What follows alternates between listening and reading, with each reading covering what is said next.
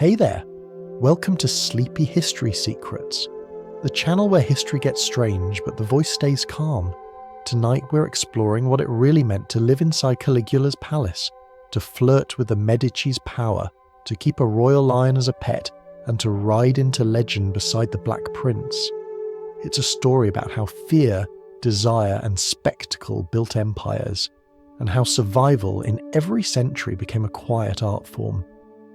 But before you settle in, take a moment to breathe. Maybe dim the lights. Let the room grow a little softer around you.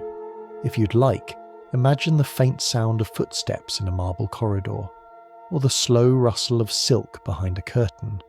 If your mind drifts during the story, that's perfectly fine.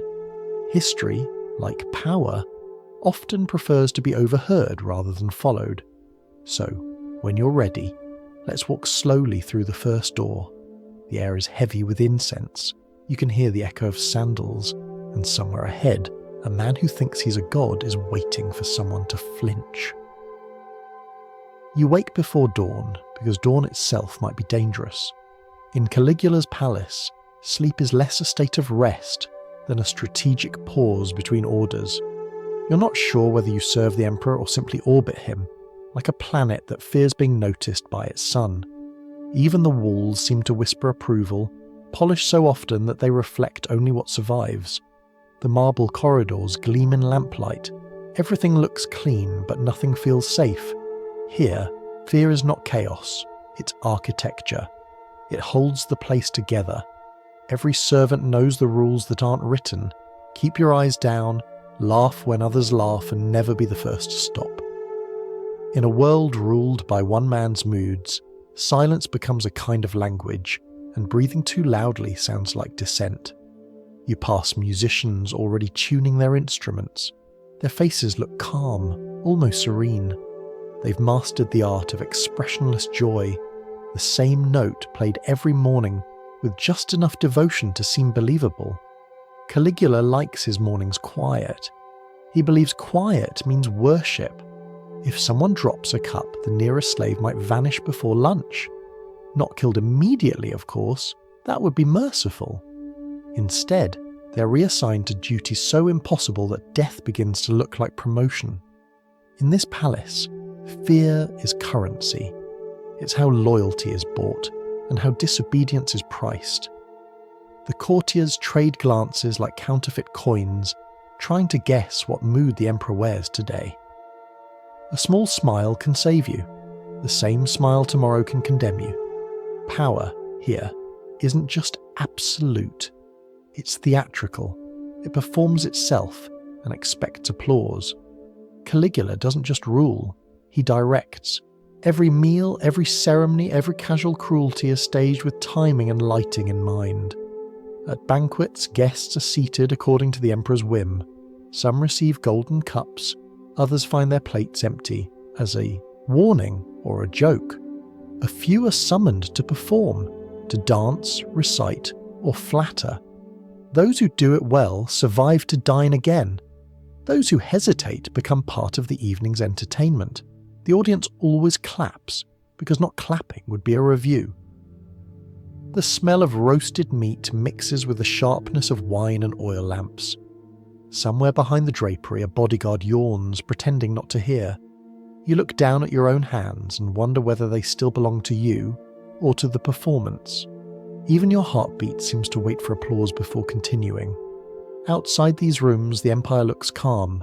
The grain ships still sail. The Senate still debates, politely and only about safe topics. But inside, life has become an ongoing audition for the role of unnoticed. Slaves whisper advice to one another, how to bow without seeming nervous, how to walk quickly but never rush. Someone once said that Caligula's palace protected others from him. It's truer to say it protected him from boredom. When the gods of Rome demanded sacrifice, they usually waited for volunteers. Caligula preferred to assign the part. The laws of the empire justify all of it. A slave's body isn't seen as a person's body, it's property, like a vase or a vineyard. So when the emperor wants company, no one dares call it violence. It's just another tax collected in private.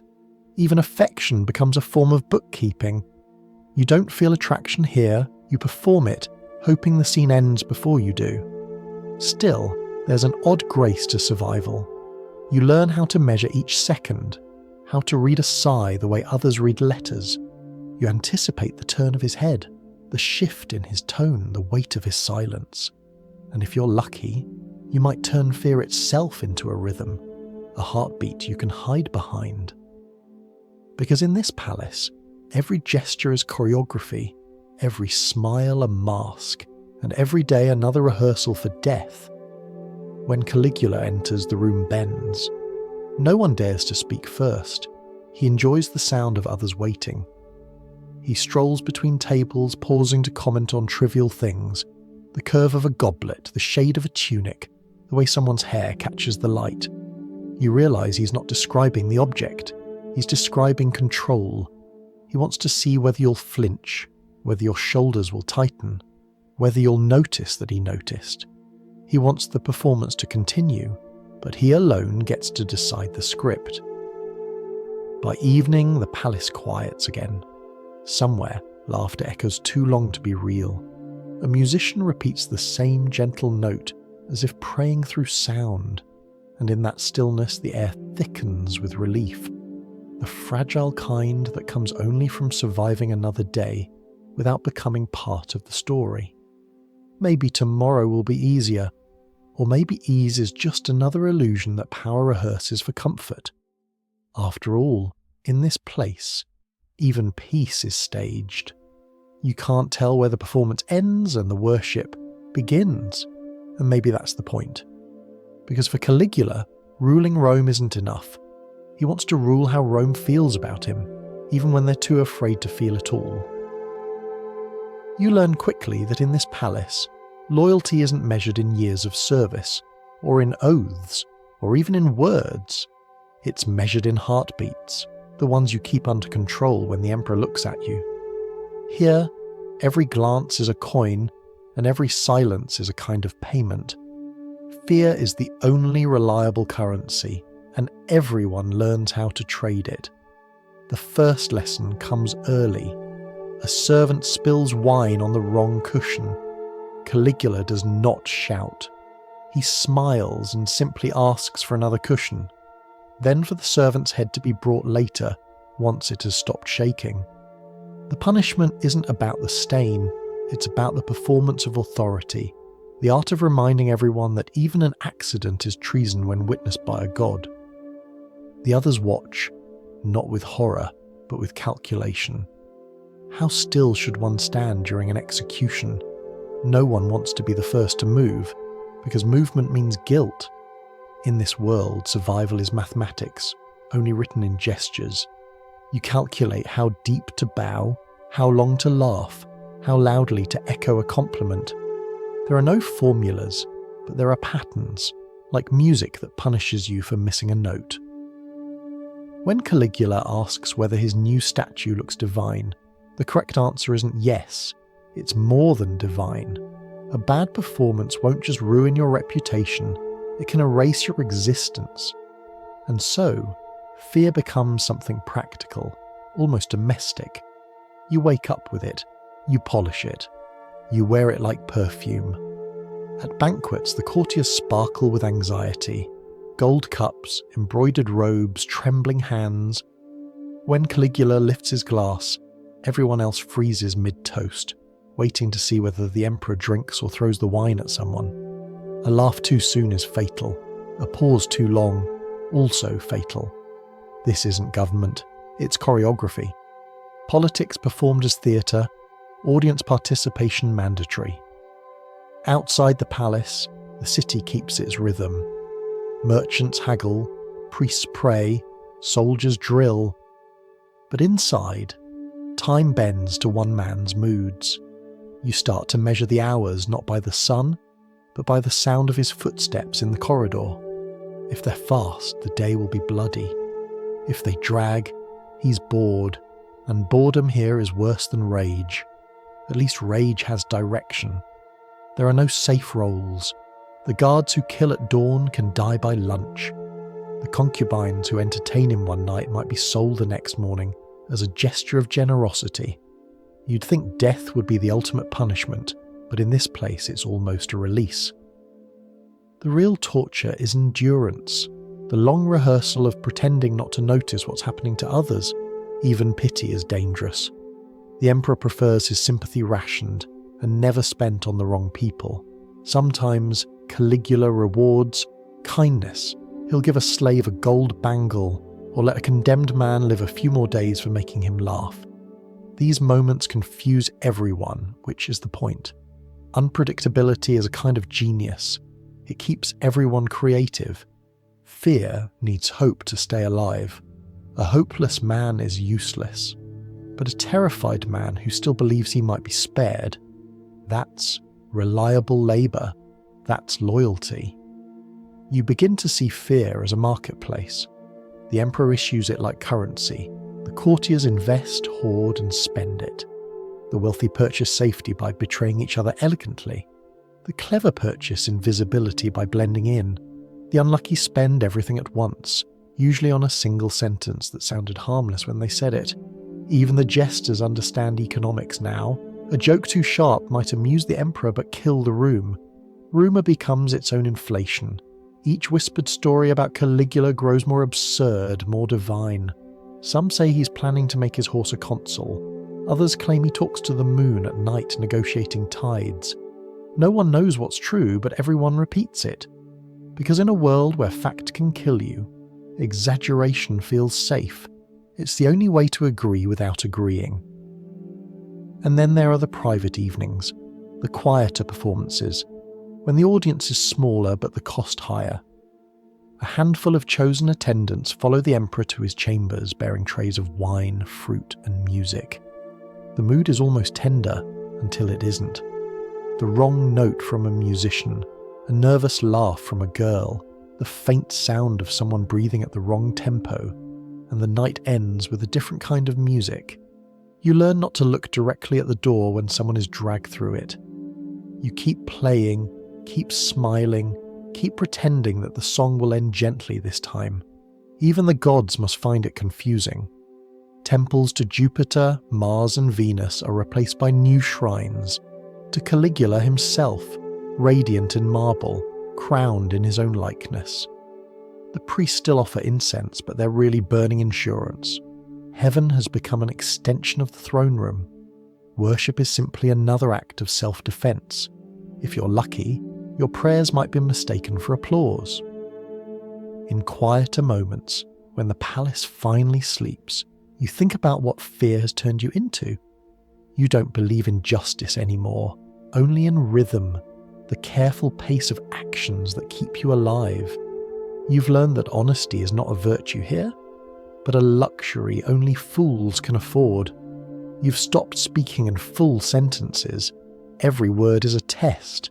Even kindness feels like a provocation. It's strange how quickly survival begins to feel like devotion. When cruelty becomes routine, endurance begins to look holy. You dream sometimes of leaving, of walking out through the bronze gates, breathing the open air of the city, hearing the sea. But you also know freedom is a different kind of fear, the kind that doesn't pay as well. Here, at least you know the rules, however brutal they are. Outside, you'd have to invent new ones, so you stay, polishing your composure, paying your debts in silence. By the time dawn seeps in through the palace windows, the night feels like a fever that never broke. You rise, straighten your tunic, and prepare again to survive. You smile before anyone can order you to. It's not courage exactly, it's rehearsal. And in a place where every breath might be noticed, the act of breathing itself becomes art. The empire keeps running, fueled not by faith, or law, or gold, but by the quiet transaction of fear, endlessly exchanged, endlessly renewed. The emperor believes that life should never be ordinary. Every hour, every gesture must mean something, or at least look like it does. Caligula doesn't just live inside his palace, he directs it, edits it, and performs it. It isn't enough for him to rule Rome. He must produce it, scene by scene, with all the drama of a play that can never end. Each banquet is a stage. The marble floors shine like mirrors, doubling the number of guests and making the hall seem infinite. Gold plates reflect the light of oil lamps until the air itself glitters, as though the walls have been set on fire just to impress. You stand among dozens of others, courtiers, priests, dancers, slaves, all arranged not by rank but by mood. He decides who sits close to him, who speaks, and who will become the story everyone whispers tomorrow. The rule is simple. Everyone must enjoy themselves exactly as much as the emperor does. If he laughs, you laugh. If he falls silent, so do you. The entire room becomes a nervous echo.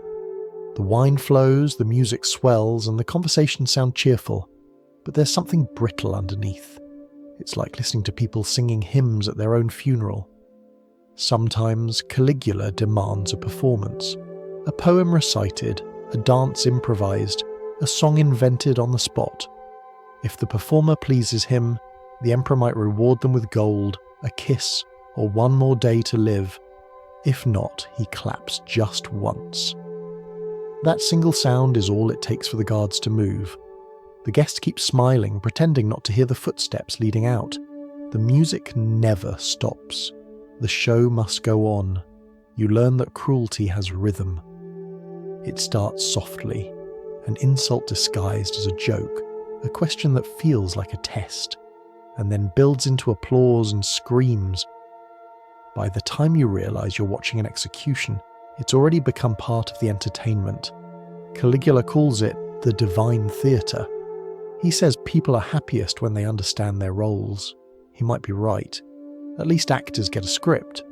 At these feasts, he sometimes plays both god and jester. He'll crown himself with ivy and declare himself Bacchus, god of wine, demanding that guests drink until they lose their names.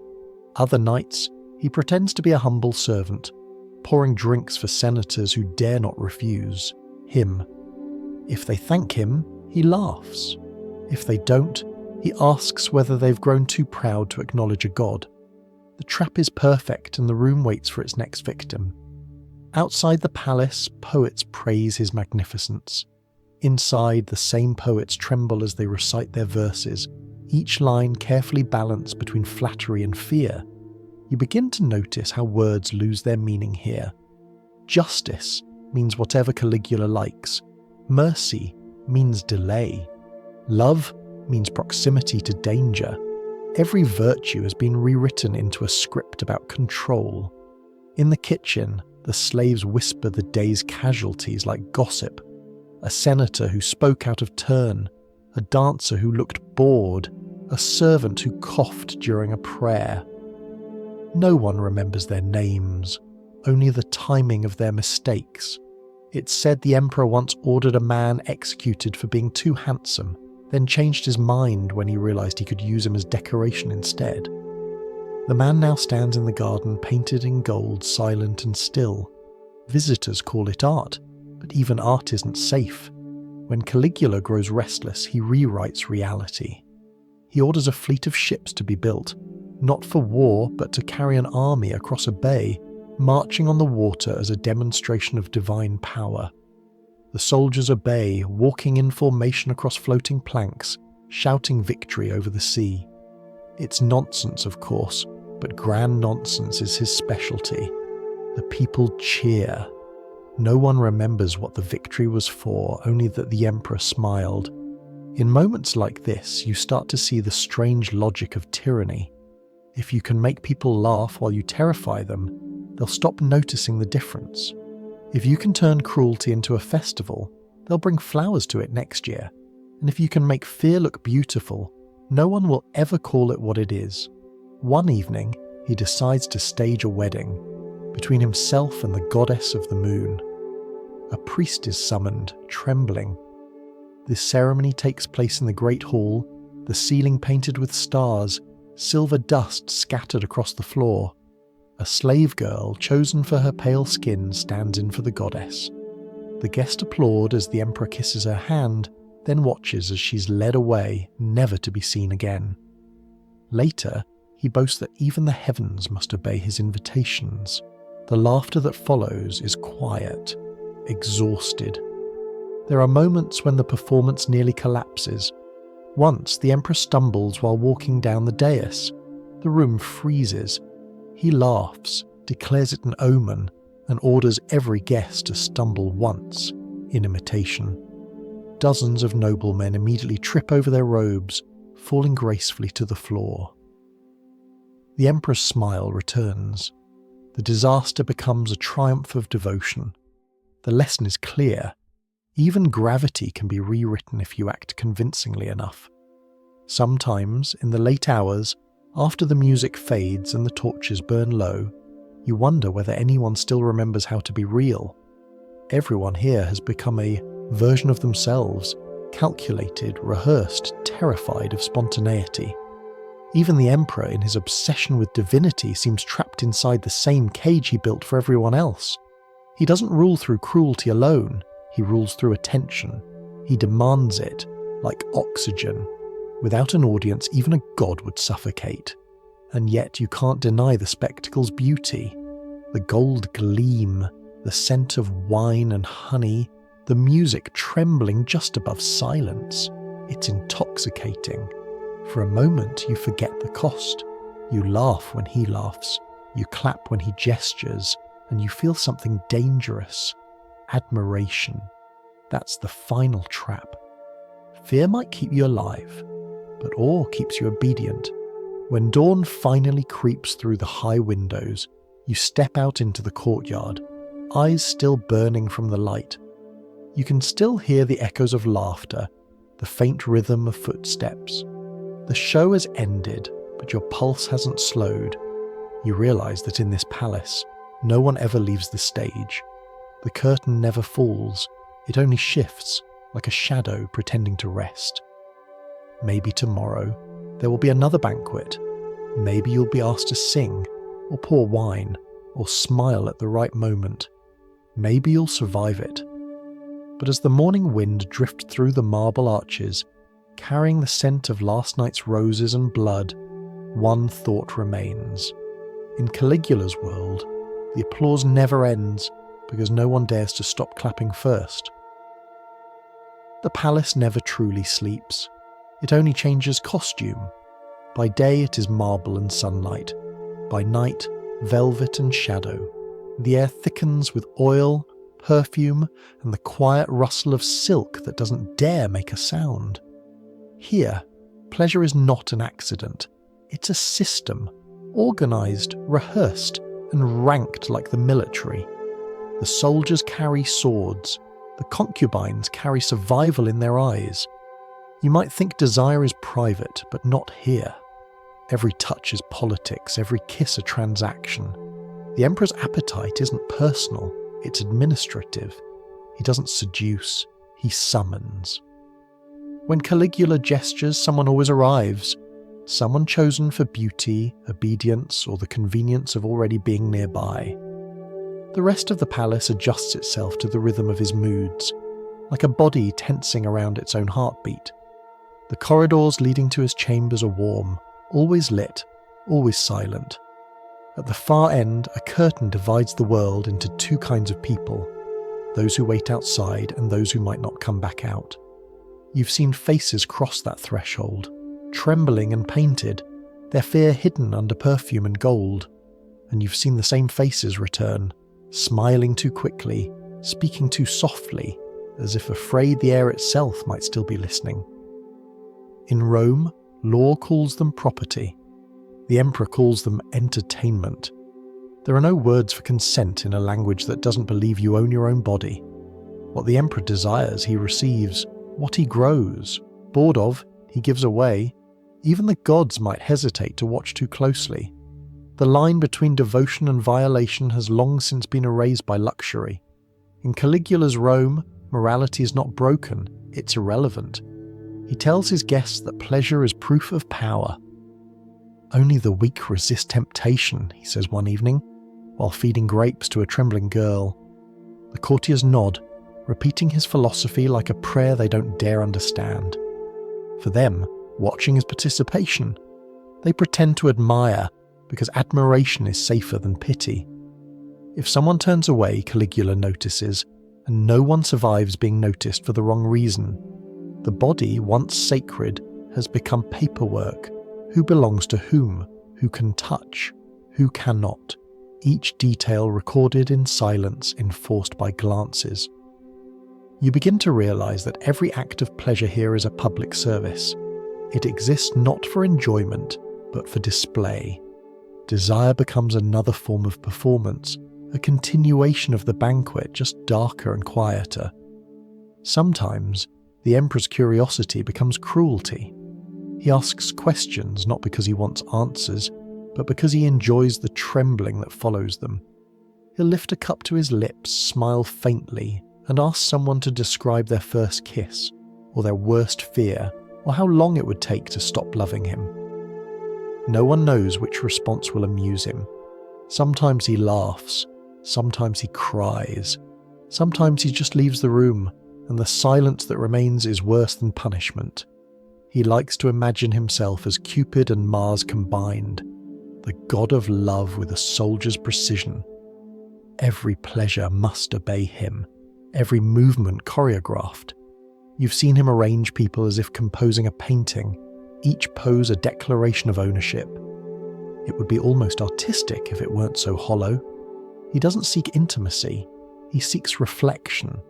He wants to see himself mirrored in every glance, in every surrender. It's not desire he worships, it's confirmation. And yet, there is beauty if you squint. The flicker of lamplight on skin, the music trembling somewhere in another room, the faint scent of wine and cinnamon. It almost feels human. But the beauty is poisoned by tension. You can tell when a laugh is rehearsed, when a touch is performed for survival.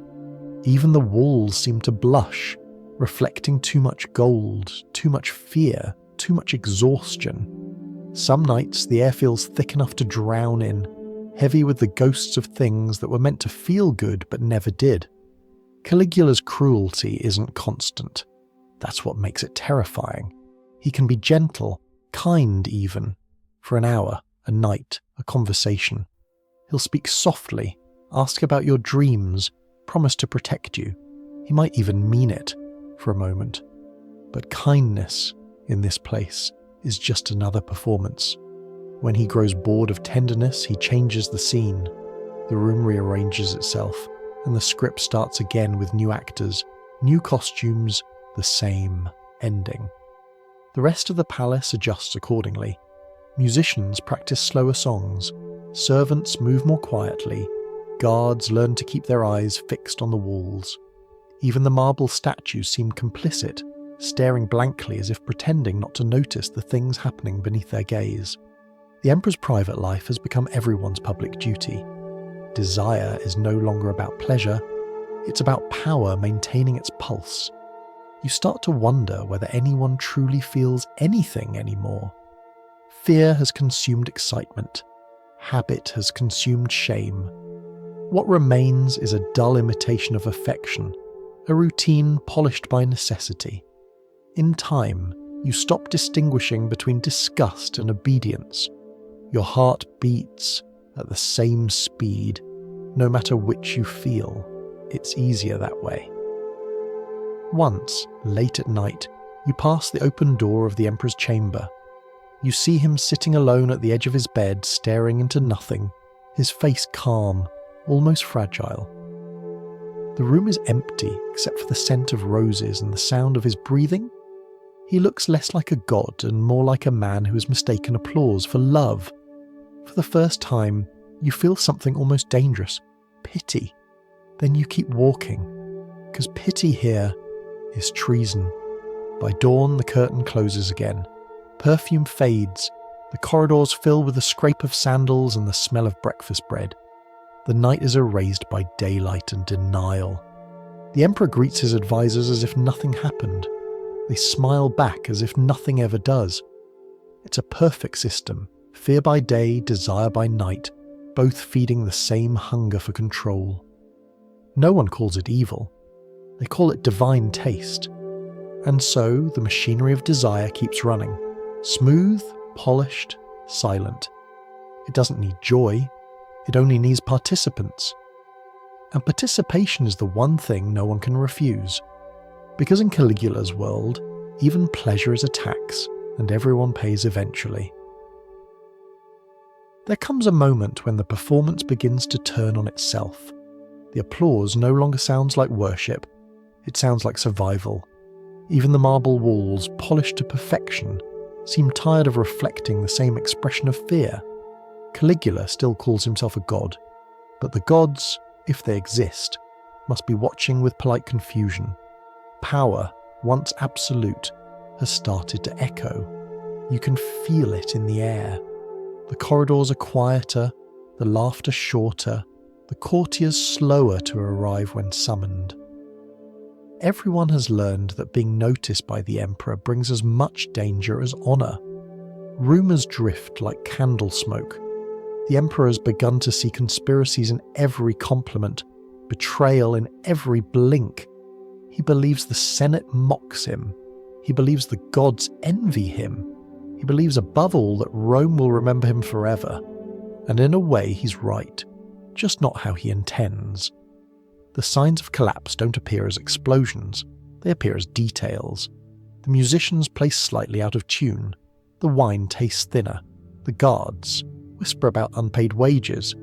The gold that once poured like honey through the empire now sticks in place.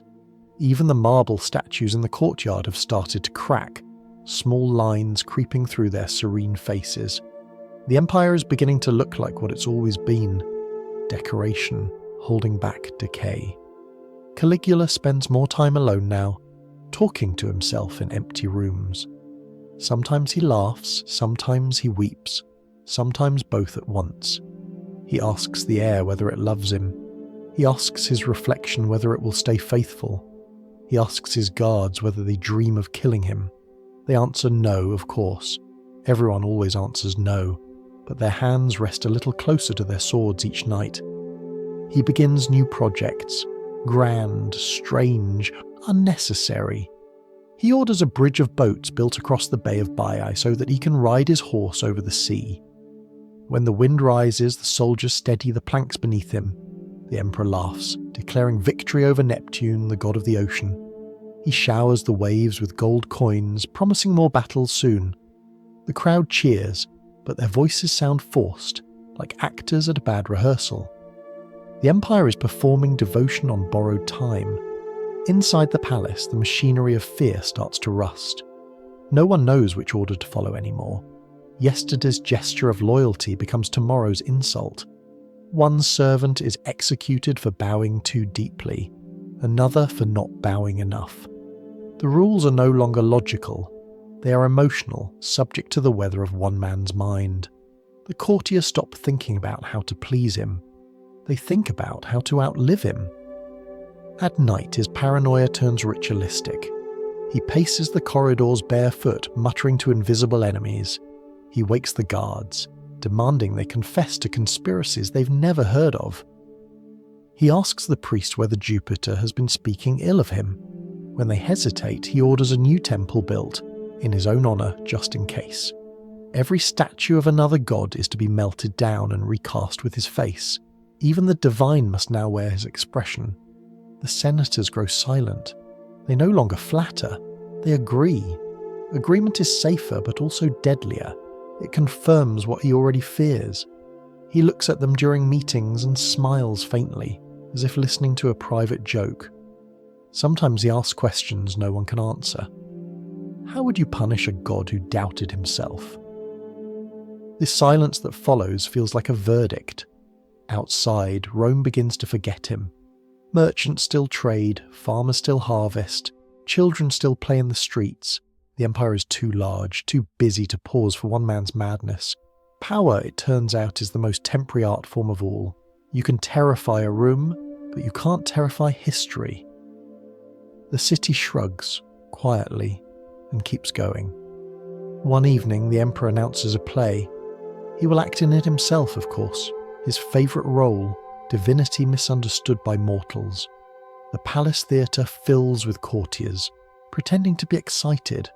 The lights flicker. The musicians begin. For the first time, Caligula forgets his lines. He pauses, eyes wide, as if realising that the audience isn't watching out of admiration anymore. They're watching out of habit. He stares at them, at the empty faces, and whispers something that sounds almost human. "You don't believe, do you?" No one answers. The silence becomes unbearable. He laughs to break it, but the laughter sounds hollow, too heavy to stay in the air. Not long after, the guards act. It doesn't take courage, just exhaustion. They wait until he sleeps, until his divine snoring begins, and then they enter. The first blade strikes quietly. The others follow in rhythm, a final applause of steel. When it's over, the body lies still and the empire exhales. The tyrant is gone. But the habits he taught them, the silence, the suspicion, the choreography of obedience, those remain. Morning comes without ceremony. The courtiers arrive late, unsure how to act without instructions. The musicians tune their instruments, then stop. For the first time in years, no one tells them what to play. They stand in the hall, blinking like people who have just woken from a nightmare. It takes a long time to realise that the nightmare was real, and that freedom, when it finally arrives, feels almost uncomfortable. The Senate moves quickly, renaming everything that still carries his mark. The temples are rededicated, the coins are melted, even the statues are recarved, their faces softened into something less offensive to memory. The new emperor promises moderation, dignity, peace. The people cheer. They always do. But beneath the noise, you can still hear the echo of the old rhythm, the one that never stopped after all. The empire has only changed costumes. Some say the palace feels different now, lighter somehow. But those who lived through it know better. The walls are the same. The air is the same. Even the silence still sounds rehearsed. Fear doesn't vanish when the tyrant dies. It simply finds new management. At night, you stand in the same corridor where it all began. The lamps flicker. The marble floor glows faintly. You realise you still walk quietly, still hold your breath when you turn a corner. It's habit, you tell yourself. Nothing more. But deep down, you know the truth. Once fear has been taught as law, it never fully retires. It just waits for its next director. And so, the curtain falls. Not with applause, but with exhaustion. The actors scatter. The audience pretends to forget the plot. But somewhere in the dark, another stage is already being built, and another voice is clearing its throat, ready to play God again. You step into Florence at the height of the Renaissance, and it smells like ambition disguised as rosewater. The city hums with artisans, merchants, and arguments. Gold dust clings to the air, not from miracles, but from paint. Here, power doesn't roar. It sighs politely. It wears silk gloves and quotes poetry. And if you follow the scent of money long enough, you'll end up at a set of heavy doors bearing the name Medici. They begin as bankers, respectable, invisible, essential. The kind of people who quietly own the buildings that saints pray in. But the Medici don't want to be invisible anymore. They want to be destiny itself, bottled and perfumed. So they invent a new language of authority, magnificenza. It means spending beautifully as a moral duty. If you can build a chapel so stunning that it makes people weep, you must be chosen by God, or at least on good terms with his accountant. Every archway in Florence becomes a verse in this new scripture of wealth. Marble gleams where humility once stood. Painters are hired not just to paint saints, but to make the saints look approvingly expensive. Every brush stroke is a financial statement, every fresco an audit report in colour. The city begins to glow, not with holiness, but with a sense of theatrical good taste. If Caligula's Rome ruled through fear, Florence rules through admiration. Here, you don't threaten people.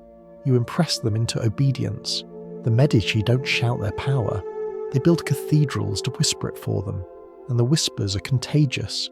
Soon, neighbouring families begin their own competitions in generosity, or what might be called competitive humility. They fund orphanages, host public feasts, and build libraries, all while making sure their coats of arms appear in every corner of the stonework. You walk through the Piazza della Signoria, and everything feels rehearsed. A sculptor chisels a saint's cheekbone while reciting poetry to the marble. A young merchant compares silk patterns as if auditioning for nobility. Even the beggars seem well positioned, placed at just the right angles to inspire pity and prove the city's compassion. Florence is a performance, and Magnificenza is its script. In the Medici Palazzo, the family gathers to discuss both theology and upholstery. The air smells of parchment and crushed violets. There are plans for a new chapel, something modest, naturally, with only a few dozen angels sculpted into the ceiling. Lorenzo de' Medici, soon to be called the Magnificent, smiles faintly as he calculates how much holiness his budget allows. He believes beauty is the most persuasive argument. If Rome had crucifixes, Florence would have frescoes. Patrons line up to sponsor art that can double as propaganda. One merchant commissions a painting of the Virgin Mary, then asks that his wife's face be used as a model. The artist hesitates, knowing theology frowns on this, but theology doesn't pay rent. The finished work is glorious, and the merchant gains both forgiveness and fame. The line between devotion and advertisement dissolves like gold leaf in oil. The Medici master this balance. They fund monasteries, host philosophers, and sponsor artists who make the divine look fashionable. Under their guidance, Florence becomes a city where faith itself feels curated. To question their wealth would be to question beauty, and no one wants to be accused of poor taste. The cathedral bells ring not just for prayer, but for brand recognition. Of course, not everyone is convinced. Some whisper that the family's fortune comes from sin disguised as generosity. Usury is still a sin, technically. But if you lend money to build a hospital or a chapel, surely the angels will overlook the interest rate. The Medici turn guilt into art. Confession becomes aesthetic. Nothing cleanses a banker's soul quite like a donation carved in marble. Even power begins to smell like something sweet. When ambassadors visit, they're led through perfumed corridors toward paintings of heroic ancestors. By the time negotiations begin, everyone's too charmed to argue. Florence doesn't conquer, it seduces. Its armies are made of velvet and myth, and in this city rumour works faster than the printing press. A scandal here is never buried, it's commissioned. When Lorenzo's cousin is caught in an affair, he orders a poet to rewrite it as an allegory of divine temptation. The poem circulates, everyone reads it, and somehow the family's reputation improves. Florence learns the art of laundering sin through metaphor. Reputation, like silk, only improves when handled carefully and shown in good light. You stand on one of the city's bridges, watching the Arno shimmer beneath the lanterns. Somewhere, a choir is practicing. Their voices drift over the river, blending with the sound of coin chests being closed for the night. The moon glints off the domes and statues, making the whole city look like it's pretending to be heaven. And maybe, in its own way, it is. A heaven built on debt, talent, and optimism. Florence glows even when it shouldn't. During plagues, during famines, during political feuds, the city insists on looking perfect. Beauty is its armour. When the Medici host festivals, they release doves painted gold, build temporary arches of cardboard and silk, and stage plays in which virtue always looks suspiciously well dressed. The crowd cheers, half in awe, half in relief. For a few hours, the city forgets how fragile it is. And so, the Medici learn a lesson that would echo for centuries. That beauty can rule longer than fear, and appearance can outlast truth. A tyrant can be overthrown, a painting cannot. And if you make the world beautiful enough, people will forgive it for almost anything. By the time you leave the square, the air feels heavier with perfume and politics. you realise that Florence doesn't just build art, it builds belief. Every fresco, every statue, every echoing choir is a promise disguised as decoration. And beneath it all, the same quiet heartbeat that powered every empire before it, the need to be adored. In the city where power wears perfume, devotion smells like wealth, and worship sounds suspiciously like applause. The air in Florence tastes of ink and intention. Letters glide across Europe like trained pigeons, some carrying poetry, others carrying blackmail. The Medici know that words can travel faster than armies, and far more politely. They have turned correspondence into strategy, and affection into currency. If Caligula ruled with fear and the sound of applause, the Medici rule with stationery and charm. Catherine de' Medici, even as a young girl, learns this language early. Orphaned, wealthy, and inconveniently intelligent, she spends her youth watching men promise things they don't intend to keep. When she marries into French royalty, she doesn't just bring a dowry, she brings an education in subtlety.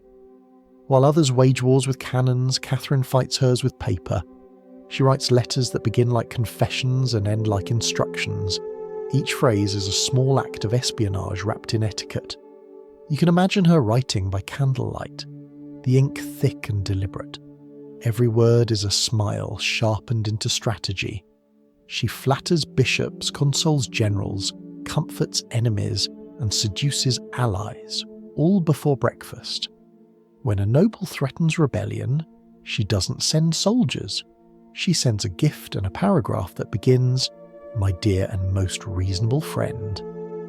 By the time he finishes reading, he has somehow agreed to obedience. The art of persuasion, like the art of perfume, depends on the right proportions. Around her, the Medici men practice the same craft, though with less grace and more gossip. Pope Leo X, born Giovanni de' Medici, spends as much time writing love notes as papal decrees. He signs bulls of indulgence with one hand and private invitations with the other. Under him, the Vatican becomes a salon, a mixture of incense, ink, and rumours that smell faintly of scandal. Visitors come for confession but stay for the entertainment. Even God, one suspects, has trouble keeping a straight face.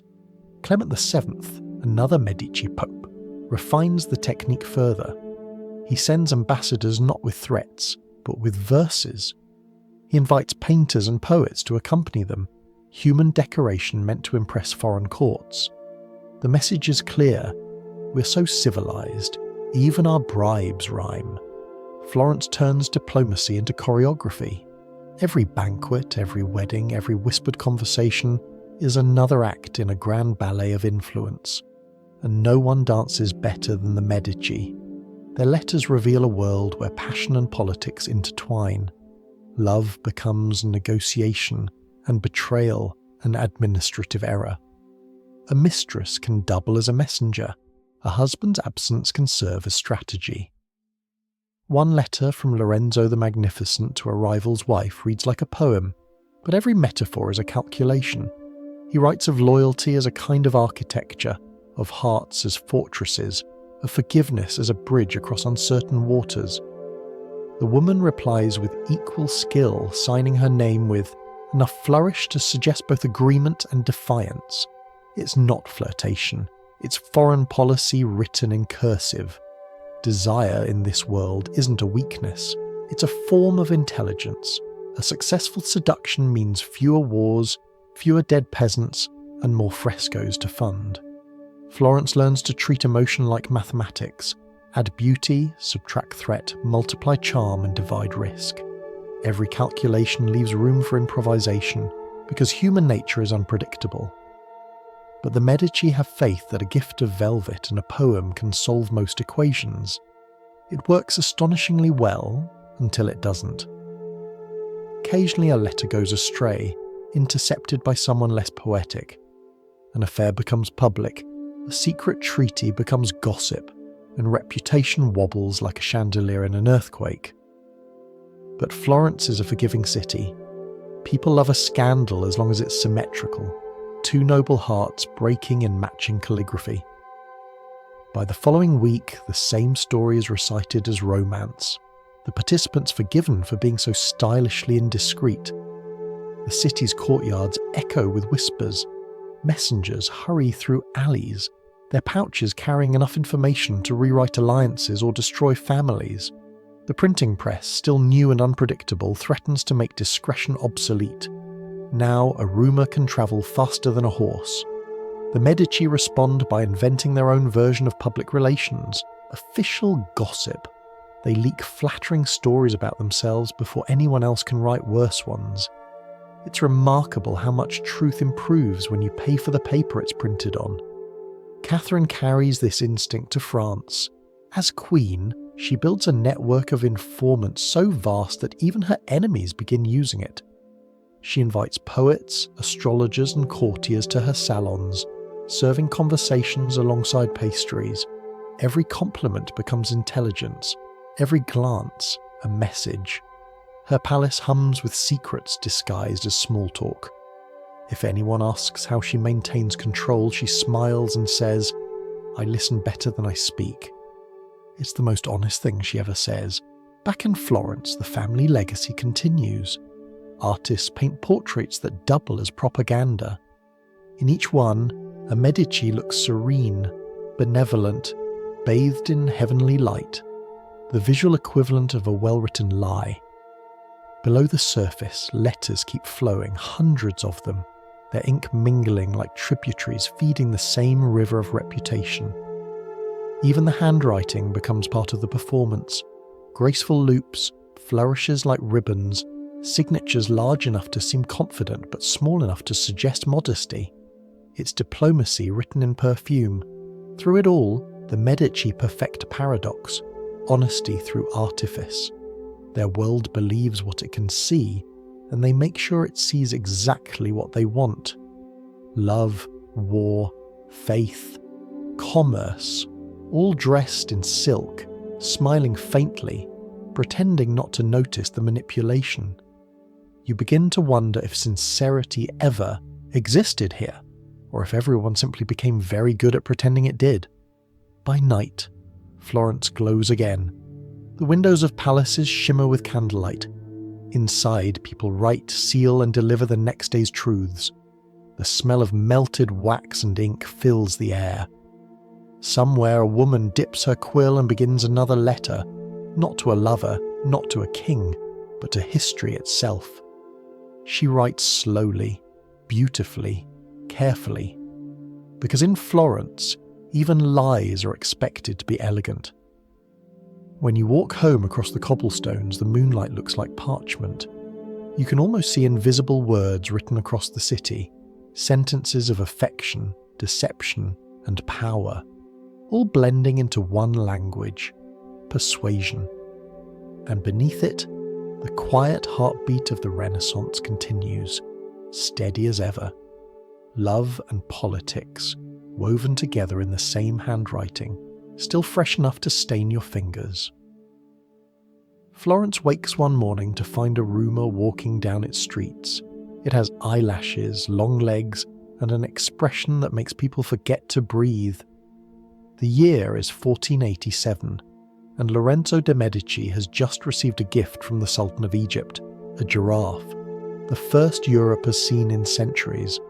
The city crowds into the piazza, all necks craned upward, as if every Florentine has suddenly decided to imitate their guest. The animal moves like something between miracle and misunderstanding. Its height is a form of diplomacy. No one can argue with a creature that can look into a second-story window without effort. Children laugh. Scholars take notes. Priests look confused, trying to find a passage in scripture that might explain it. Lorenzo watches from his balcony, smiling like a man who's just realized that peace, like art, only works if people are too busy staring to fight. The Sultan's message is clear enough. Florence may be small, but its taste is large. A kingdom that receives such an exotic animal must be civilized, trustworthy, and perhaps worth an alliance. Lorenzo doesn't send armies in return. He sends gifts of glassware and music. The exchange works, trade opens, letters follow, all because of an animal that looks like it was drawn by a child with too much imagination. The giraffe becomes the city's newest celebrity. Crowds line up every day to watch it eat leaves from tall poles specially built for the purpose. Artists sketch it endlessly, some accurately, others less so. In a few paintings, it looks more like a horse with ambitions. Florence loves it anyway. Children begin to call it Il dono del cielo, the gift from heaven. Of course, heaven has never sent anything so polite. But beneath the laughter and curiosity, the Medici understand the message's depth. The giraffe is not just a gift, it's a mirror. It reflects Florence's own self-image, rare, graceful, and slightly impractical. For the Medici, it's the perfect metaphor for diplomacy itself. Elegant, expensive, and one stiff breeze away from disaster. Feeding it becomes a citywide concern. Every day, servants bring barrels of leaves and fruit. The animal eats like an ambassador, slowly, with great dignity, and never enough to satisfy anyone paying for it. Lorenzo, ever the strategist, orders a new stable to be built. A long, airy structure with high windows so that the giraffe can stretch its neck. When it walks, the floorboards creak in rhythm, a sound that becomes strangely ceremonial. Visitors are led through the hall as if attending mass. The priest is an animal. The sermon, silent wonder. At night, the giraffe rests under painted ceilings, its long shadow cast across frescoes of angels and philosophers. This sight is absurd and holy all at once.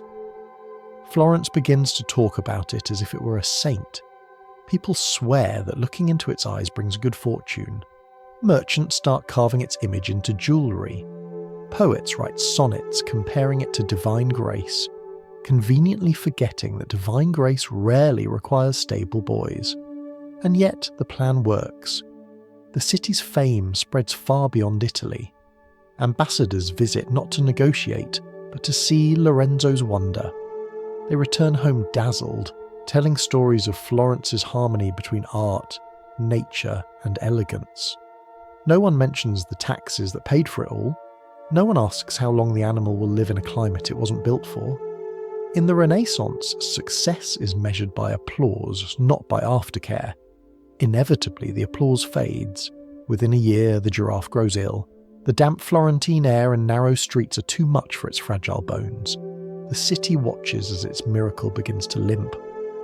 Lorenzo orders the best doctors, men who specialize in humans but are willing to improvise. They try wine, herbs, and prayers. Nothing works. One morning, the giraffe lies down and refuses to stand again. It dies quietly, surrounded by silence and admiration. The city mourns as if it had lost a royal child. Painters immortalize it. Poets describe its passing with enough tears to water the Arno. Lorenzo arranges a funeral, discreet, dignified, and full of meaning no one quite dares to define. He declares the animal a symbol of peace between heaven and earth. The people nod, grateful for the explanation. Even in death, the giraffe remains useful. Florence now has a story, and stories live longer than gifts. Years later, travellers still ask to see the famous creature. Guides point to a painting instead. They speak of how the Sultan's gift brought two worlds together, how Florence stood at the centre of the civilised earth. The truth, the animal's brief, awkward, beautiful life, becomes legend, refined by retelling until it sounds like destiny. It's propaganda with fur softened by nostalgia. The Medici understand that spectacle has a lifespan, but its echoes can last forever. Lorenzo commissions new artworks, new festivals, new ways to remind Florence that beauty and diplomacy share the same perfume. He learns that a city doesn't need to win wars if it can win admiration. And admiration, like perfume, lingers long after the bottle is empty. Sometimes, walking past the old stables, people say they can still smell the faint sweetness of hay and fruit. Children still whisper about the gentle giant who bowed to no one but brought peace anyway. And somewhere beneath the layers of myth and memory, Florence's old ambition keeps breathing. Quiet, graceful, and just a little too tall for its own good. You can't help thinking that the giraffe was the perfect Florentine diplomat. It spoke no words, started no conflicts, and achieved more with its silence than most men with their speeches. It didn't conquer anyone, it simply made everyone look up. And that, in the end, is the secret the Medici never forgot. People will forgive almost anything if you teach them where to direct their gaze. When you leave the stable, the city feels different. The bells still ring, the streets still glitter with painted banners, but the air carries a soft melancholy, the kind that follows when wonder has done its work and quietly gone. Lorenzo's Florence keeps performing, as always, but for a moment you sense the fragility under the gold. All it takes is one dying animal to remind everyone how delicate magnificence really is. The smell of Florence changes in the spring of 1497. For decades, it had smelled of paint, perfume, and prosperity. Now it smells of smoke. The city that once glittered under the Medici's festivals begins to burn under the sermons of a man who hated glitter. His name is Girolamo Savonarola, a Dominican friar with sharp eyes and sharper certainty. He arrives like a cold wind through silk curtains, announcing that beauty itself has become a sin. He preaches from the pulpit of San Marco, and the crowds listen, trembling not from fear of him, but from the fear of being found beautiful.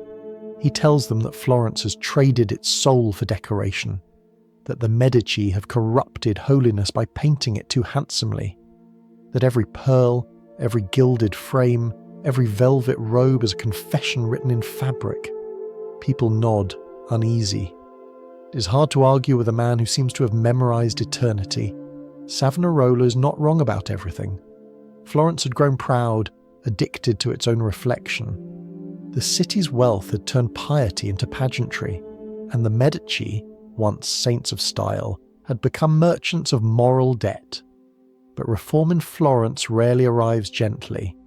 The friar's sermons spread like sparks on parchment, and soon the city learns a new form of theatre, repentance. Bonfires appear in the piazzas, great wooden pyramids piled high with vanity, mirrors, wigs, jewellery, playing cards, paintings, even musical instruments, all fed to the flames in the name of purity. The people cheer and weep at once. Some toss their possessions willingly, others hide them under floorboards, praying the friar never visits their homes. It's a strange kind of ecstasy, this public unburdening. Florence discovers that guilt, when done together, feels almost festive. The bonfire on Shrove Tuesday becomes the largest the city has ever seen. The sky glows orange against the marble of the Duomo.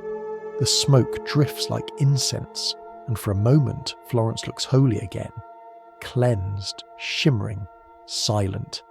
Children dance around the flames, singing hymns they barely understand. The friar watches from a balcony, his face calm, radiant, and utterly certain that he has saved the world. But the city that burns its treasures cannot stay clean for long. After the last flame fades, the air still smells of melted wax and regret. People wake the next morning to bare walls and empty rooms. Without paintings, their houses feel smaller. Without colour, their faith feels cold. Beauty had been a kind of warmth, and now the city shivers in its absence. Some start whispering that perhaps God did not need so much help after all. The Medici are gone by then, driven out, their palaces stripped, their statues defaced. Their portraits hang half-burned in the square, faces eaten away by heat, eyes still faintly gleaming under soot. It's as if Florence is punishing its own reflection, trying to erase the memory of what it once admired. But memory has stubborn habits. Even ash remembers what it used to be. At first, Savonarola's rule feels righteous. He bans gambling, luxury and gossip. He orders moral inspections and replaces carnivals with public prayers. But discipline quickly turns to exhaustion. The city grows quiet. too quiet. Markets lose their laughter. Artists leave in secret. Music becomes suspicious. Even joy begins to look guilty. And Florence, once the capital of magnificence, now lives like a monastery that forgot why it built windows. Still, there is one thing the friar cannot burn: imagination. Painters keep sketching in the margins of prayer books. Goldsmiths hide small trinkets in sacks of flour. Every prohibition becomes an invitation to disobey discreetly. And so, the city learns another Medici lesson, one the friar never meant to teach: that beauty always finds a way back, usually through the cracks of repression. When the tide finally turns against him, it happens almost quietly. A failed prophecy here, a disillusioned ally there, and the same crowds that once cheered him begin to whisper again. The church grows impatient. The Pope excommunicates him, and Florence, ever fickle, decides that holiness should at least be more entertaining. Savonarola is arrested, tried, and condemned by the same public that once called him a prophet. On the morning of his execution, he is led to the Piazza della Signoria, the same place where the bonfires had burned. The stage has simply changed scripts. As the flames rise again, the people watch, silent. They've seen this play before. The friar, who once spoke of eternal light, vanishes into the fire he taught them to love. When the smoke clears, someone begins to sweep the ashes. No one is sure whether it's out of respect or habit. Florence has burned its reformer the same way it burned its sins, completely, beautifully, and with perfect symmetry. In the years that follow, the city slowly rediscovers itself. Painters return. Sculptors unpack their chisels. The Medici, cautious but inevitable, return to power, bringing with them the soft glow of patronage and perfume.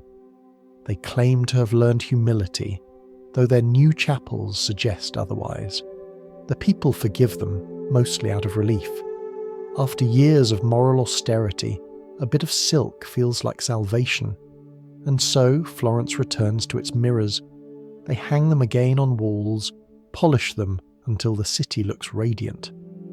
The faces staring back are a little older, a little wiser, and perhaps just self-aware enough to pretend they've changed. They tell themselves that beauty is safer now, purified by trial and fire. But deep down they know it's the same old story. Vanity rebranded as virtue. The flames were spectacular, yes, but the reflections were always more persuasive. When you walk through the piazza today, the stones still whisper. You can almost hear the crackle of burning silk, the hush of a crowd torn between guilt and fascination. The wind carries a faint scent of smoke and rosewater, contradictory, timeless, Florentine. And if you listen closely, you might hear laughter hiding inside the silence, as if the city itself is in on the joke. It knows what every age eventually learns, that beauty never repents for long. In the end, the fire didn't cleanse Florence, it polished it.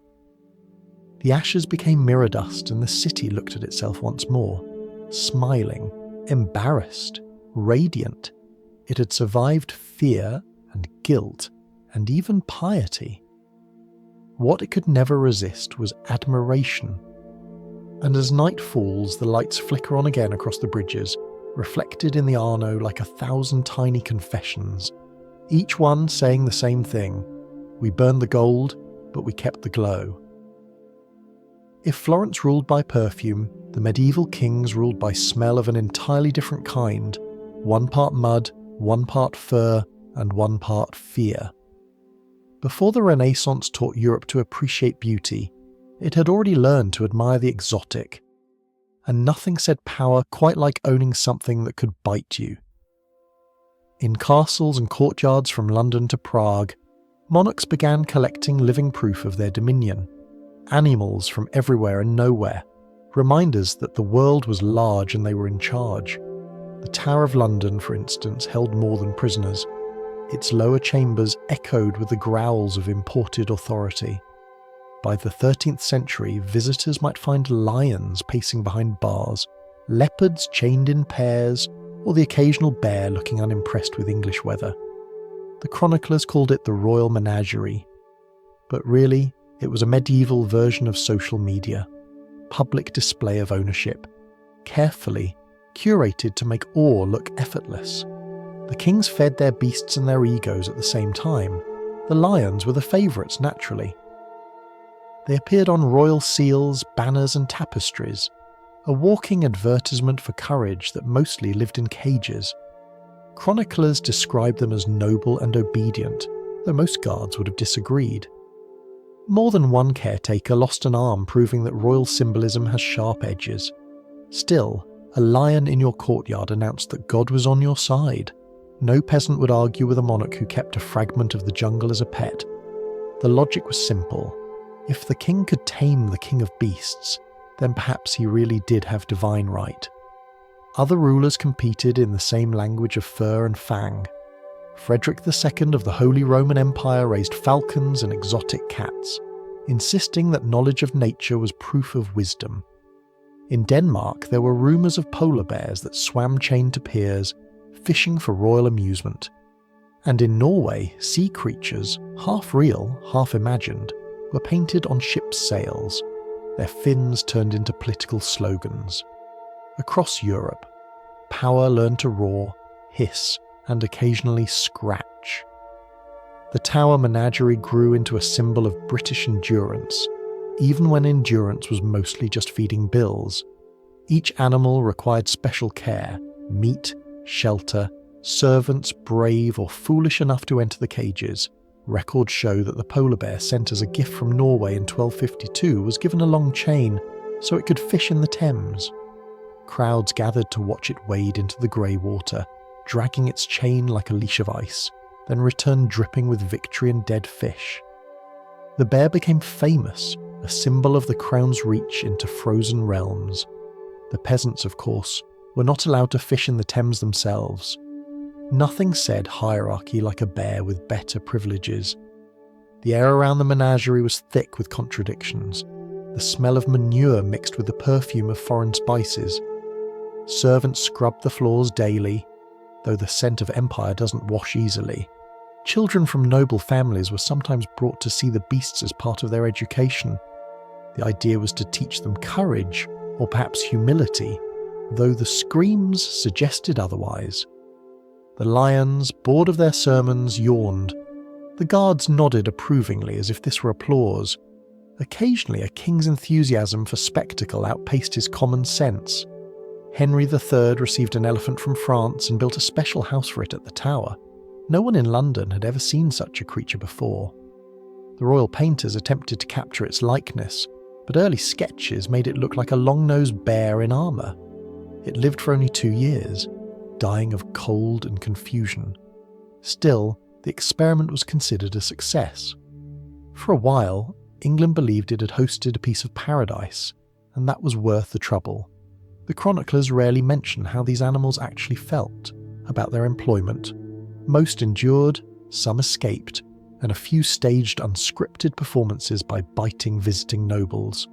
One leopard famously leapt onto the roof during a feast, sending guests scattering and inspiring the first recorded English prayer uttered at dinner. Yet the show continued. The menagerie was not about survival, it was about symbolism. The beasts existed so that power could point at them and say, "See, even nature works for me." But symbols are fickle employees. A dead lion means bad luck. A runaway monkey means bad omens. When the plague hit, some said the animals brought it. When the crops failed, others said the beasts had angered the saints. It's not easy being both divine emblem and public hazard. Still, the cages stayed full. Kings understood that risk was part of the display. After all, a harmless animal sends the wrong message. The people loved it too in their own anxious way. The menagerie was open on feast days, a rare chance for commoners to see the world beyond their villages. They marvelled at striped cats, long-beaked birds, and the strange, melancholy eyes of elephants. For a brief moment, they shared the illusion of proximity to greatness. Then they returned home, certain that their rulers must indeed be blessed to own such wonders.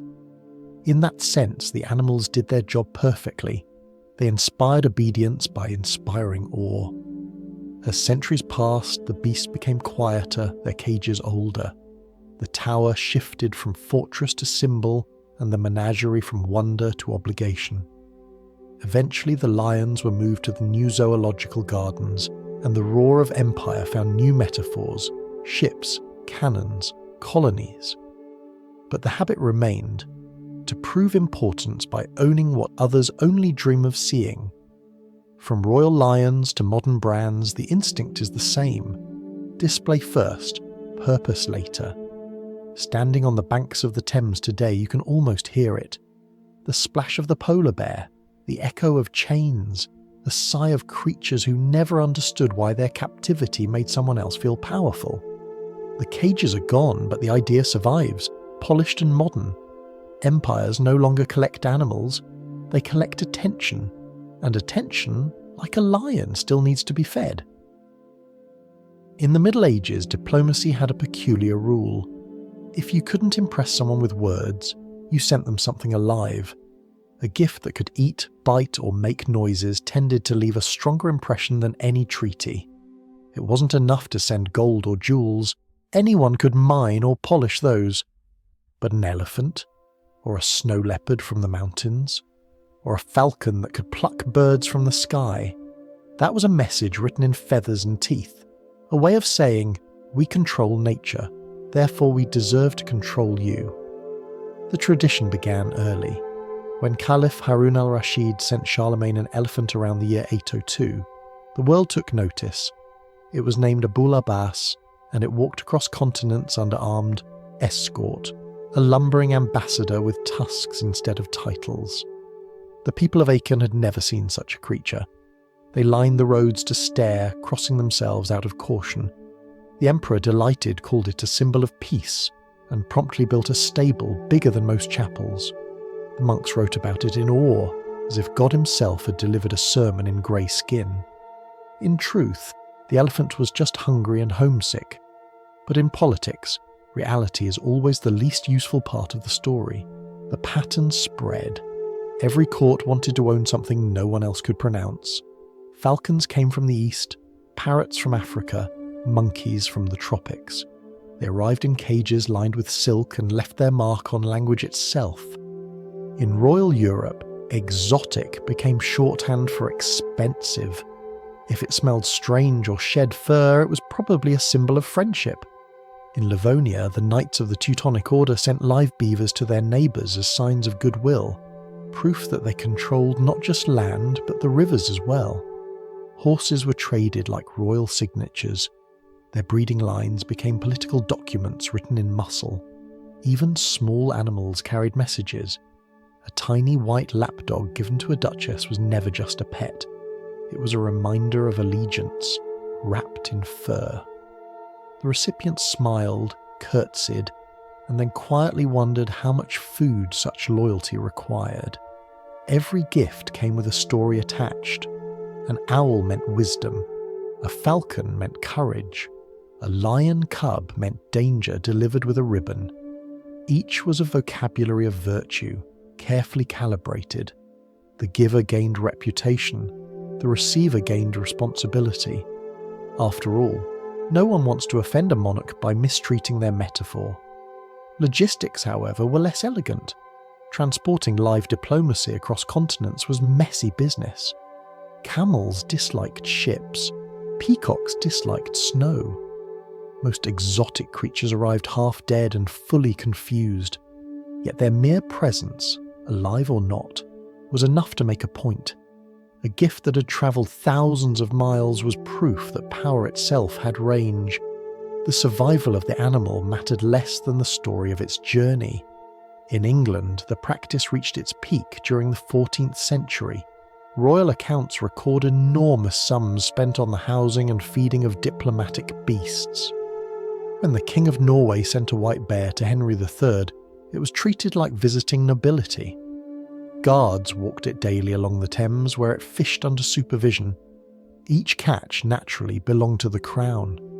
The bear's meals were accounted for in the royal ledger right beside the cost of cathedrals and wars. Somehow, it fit perfectly between salvation and conquest. Elsewhere, falcons became the currency of choice. To send a trained bird was to send hours of devotion, patience, and skill. A well-bred falcon could outlast treaties and sometimes marriages. Kings exchanged them as apologies, bribes, or even courtship gestures. One chronicler noted, not without irony, that more falcons crossed borders than soldiers. Perhaps that was the secret of peace. Keep both sides busy looking up. Not all gifts were wise. A French duke once received a tiger he didn't know how to feed. It spent most of its short life in a damp basement, growling softly while servants argued about theology above it. When it died, the duke had its skin turned into a carpet, proving that diplomacy, even then, could be both expensive and short-sighted. Sometimes the animals outlasted the alliances. Charlemagne's elephant died years after the caliph's friendship faded. A peacock meant to symbolize unity between Italian city-states was eaten during a famine. A parrot that had been trained to say, "Viva il re," outlived the king it praised. Empires rise and fall, but parrots are consistent.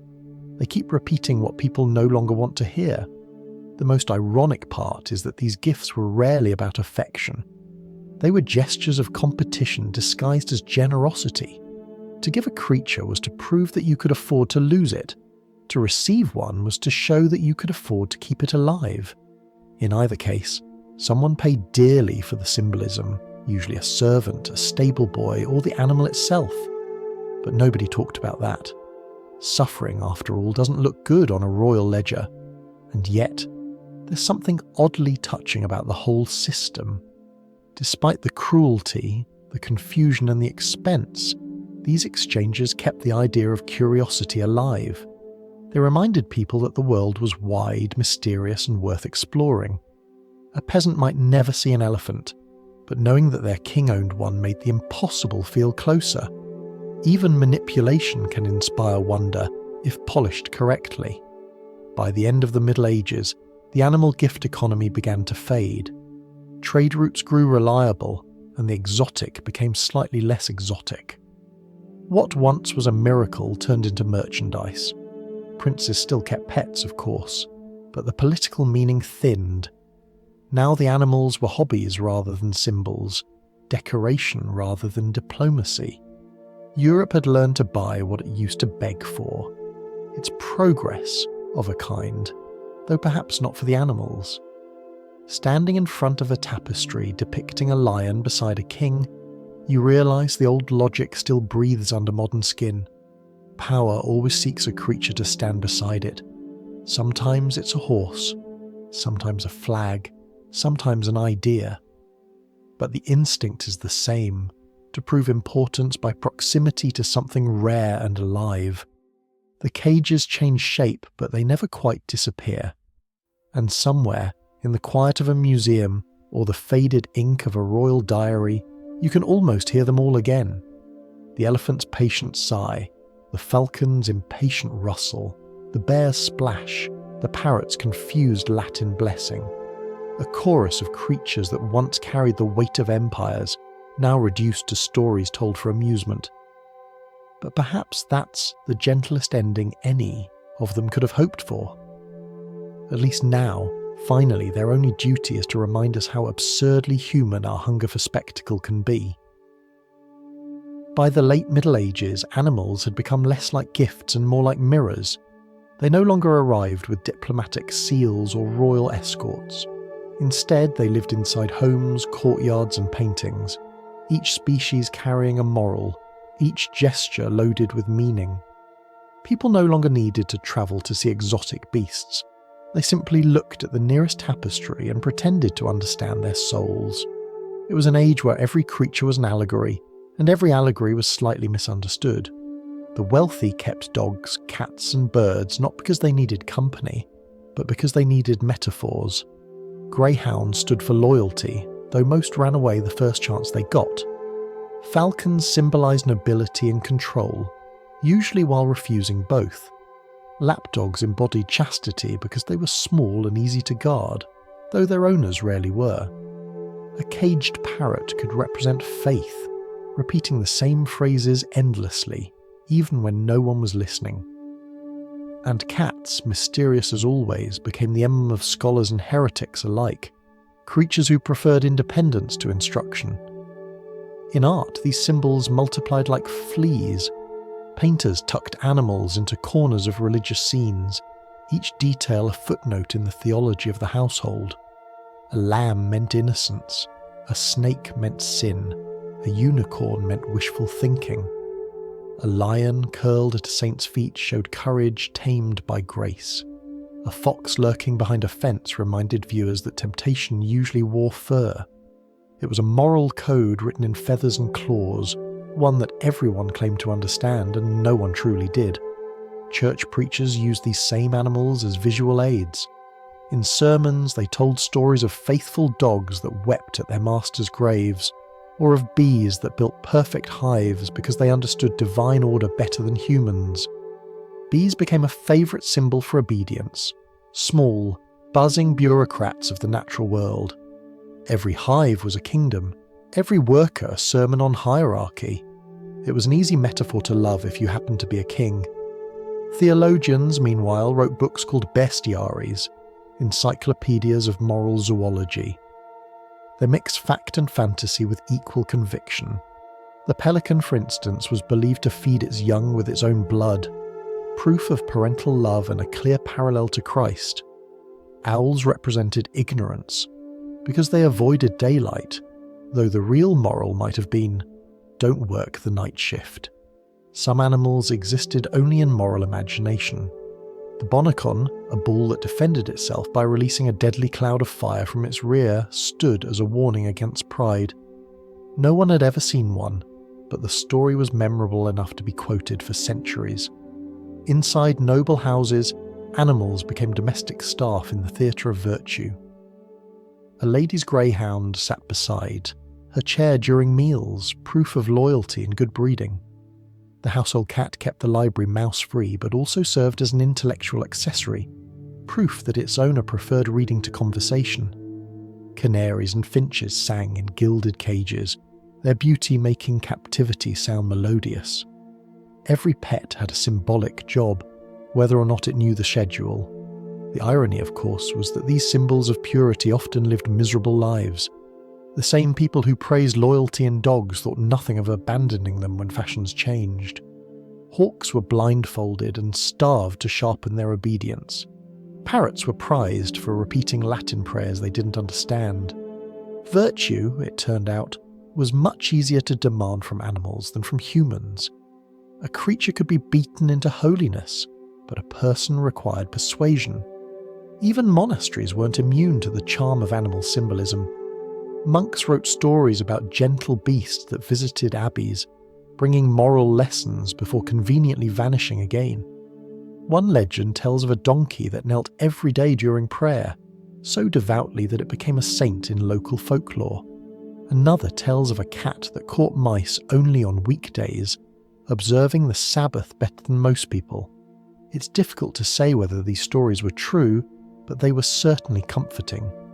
They suggested that nature, unlike humanity, might already understand how to behave, and yet, amid all this symbolism, something tender persisted. People still found real joy in the creatures they used as metaphors. A merchant's daughter brushing her spaniel's fur, a scholar feeding his cat under the desk, a falconer whispering to his bird. These small moments broke through the noise of allegory. In those gestures, animals stopped being sermons and became companions again. Even in an age obsessed with meaning, affection found a way to exist without explanation. The contradictions only deepened when artists began to paint animals as themselves. No moral, no warning, just presence. A hare sprinting through a meadow, a bird caught mid-flight, a horse trembling under sunlight. It was as if art itself had grown tired of pretending that beauty needed a lesson. Reality had returned softly through brushstrokes. The animals, at least, were finally allowed to breathe. Still, the human instinct to turn life into metaphor never fully disappears. Even today, the old associations linger in language. Cunning as a fox, loyal as a dog, wise as an owl. We carry medieval morals in modern mouths, unaware of their age. Perhaps it comforts us to believe that our virtues can be borrowed from creatures who never asked to represent them. After all, the fox doesn't know it's cunning, it's just hungry. And the lamb doesn't know it's innocent, it's just unaware of the knife. In the end, the Middle Ages gave us a zoo of symbolism, a place where every creature meant something noble, tragic, or absurd. But the deeper truth is simpler. People admired animals not because they reflected humanity, but because they didn't. They lived without hesitation, without guilt, without need for applause. Maybe that was what holiness looked like before theology got involved. If you listen closely, you can still hear them in the margins of old manuscripts. The soft scratching of quills, the rustle of wings, the faint purr of a cat curled beside a tired monk. They were supposed to be symbols of something greater.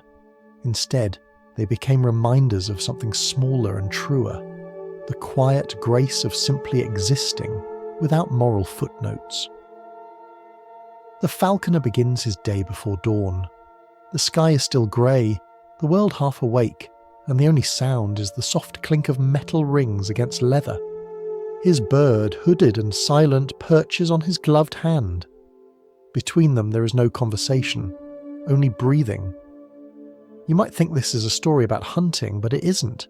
It's about trust, the kind built on stillness, repetition, and the quiet certainty that one creature will return when it could so easily fly away.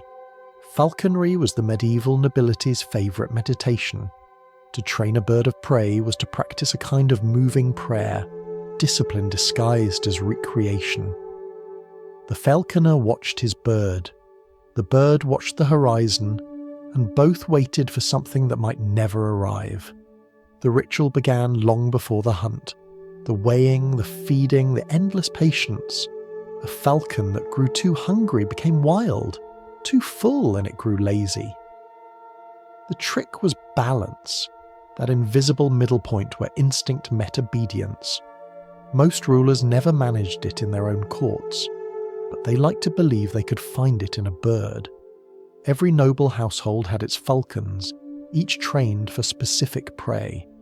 The peregrine for ducks, the goshawk for rabbits, the sparrowhawk for smaller birds. There was a hierarchy even among feathers. A baron's hawk might be tethered near the hall. A king's hawk would have its own servant. The manuals of falconry read like spiritual guides disguised as instruction. Paragraphs on patience, humility, and the delicate balance of command. They sound like self-help books for people with too much land. A good falconer didn't dominate his bird, he learned to share control. Every motion, lifting the arm, untying the hood, releasing the tether, had to be performed with calm precision. Anger broke the bond, fear confused it. The bird didn't respond to affection exactly, but to rhythm. Each beat of its wings echoed the falconer's breath. When it flew, he felt lighter too, as though something inside him had borrowed its courage for a moment. In art, falconry became shorthand for virtue. You see it in tapestries, frescoes, illuminated manuscripts. Men and women in bright garments, their birds poised mid-flight. A lady releasing a falcon symbolized grace. A knight catching one mid-air stood for control. But in truth, the practice was more complex, a study in surrender as much as mastery. The falcon always had the final choice. It could vanish into the clouds at any moment, and sometimes did. When that happened, the falconer simply waited. If it came back, it was loyalty. If not, it was nature reminding humans who was in charge. The language of falconry crept into daily speech. To be under someone's thumb came from the grip used to steady a bird's jesses. Fed up referred to hawks that refused to fly after a heavy meal. Even the word gentleman once described someone noble enough to own and train a falcon. Power was measured in feathers as much as in land.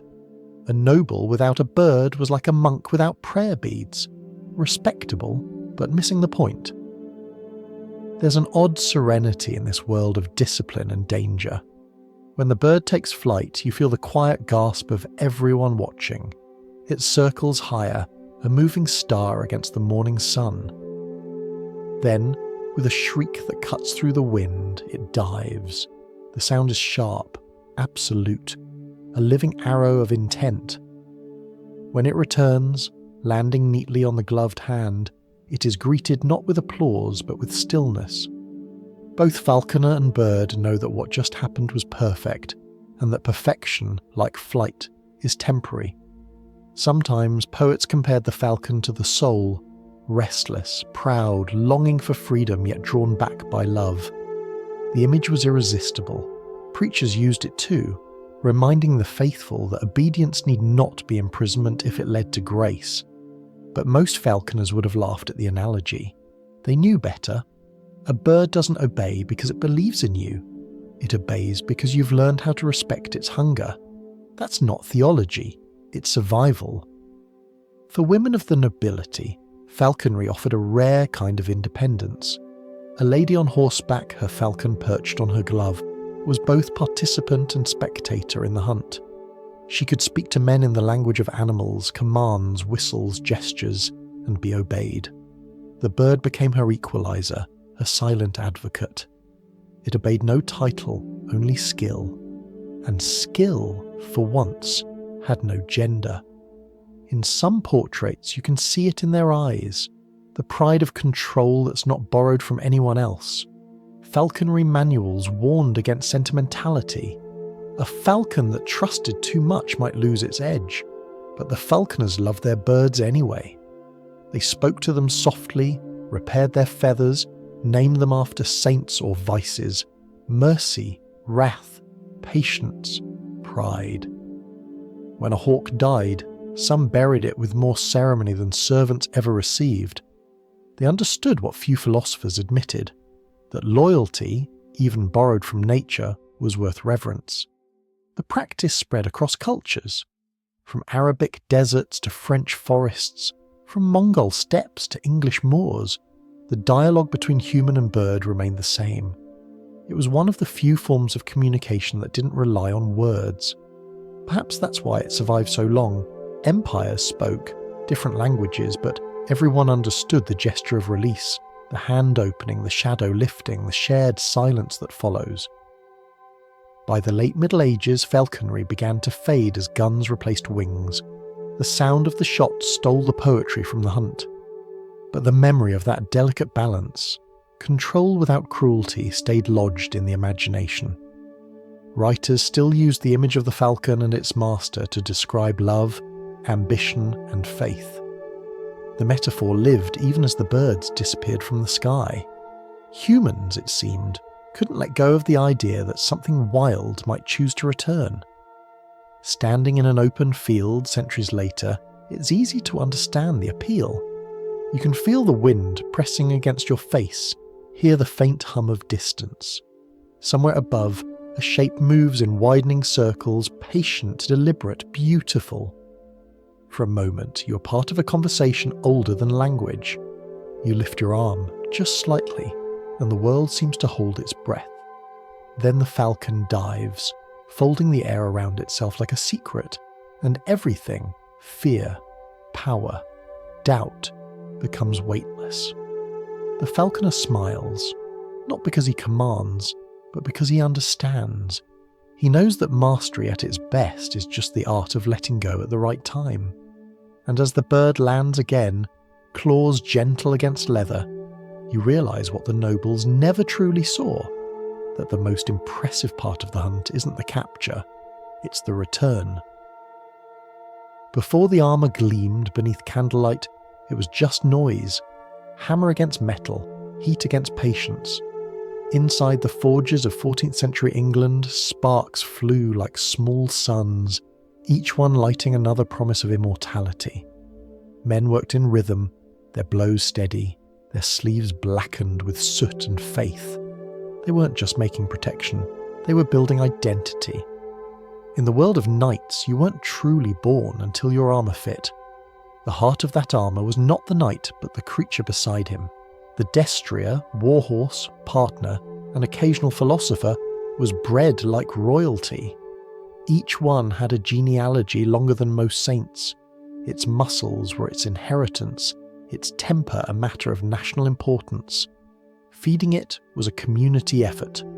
Oats, barley, wine, and superstition mixed into a daily ration designed to maintain divine endurance. It cost as much to feed a single horse as it did to clothe a dozen peasants. But then again, peasants rarely saved kingdoms. The stable smelled of hay and iron, sweat and ceremony. Blacksmiths, grooms, farriers, saddle makers, an entire economy of invisible men orbiting one shining figure. Every buckle, every hinge, every strap was made by hand and by hope. The armourers spoke of balance, of weight distributed like prayer. Too much iron and the knight would drown in his own virtue. Too little and he'd die a fashionable death. There were no perfect equations, only compromises polished to a mirror. Training the pair, man and horse, was a duet of breath. They learned each other's rhythm until even silence carried instruction. A shift in weight, a twitch of leather, a shared heartbeat. That was language enough. The destrier didn't obey out of fear, but because repetition had turned obedience into instinct. The knight trusted the horse to see what he couldn't. The horse trusted the knight to mean what he signalled. It was choreography disguised as war. Every charge began as a dance step rehearsed in fields long before any trumpet sounded. Watching them in motion was like watching machinery made holy. The armour flashed in the sun. The horse's flanks rippled under steel. Together they looked less like two beings and more like a single creature, half man, half miracle. In the sermons of the age, the knight was compared to faith itself, tested, tempered, and radiant under pressure. The metaphor ignored how much it weighed.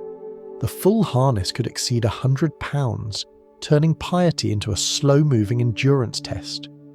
The armour was heavier than the morals, but it looked magnificent, and that was often enough. Before battle, the ritual of preparation bordered on liturgy. Squires helped their lords dress piece by piece. First the padded undercoat, then the mail, then the plates. Each layer narrowed the world until vision became a slot and movement a calculation. Once sealed inside, the knight heard only his own breathing, echoing through metal like a prayer trapped in a bell. Outside, the destrier snorted impatiently, stamping the earth as if aware that history was waiting. Mounted, the knight rose higher than most men could dream. From the saddle, the world looked orderly.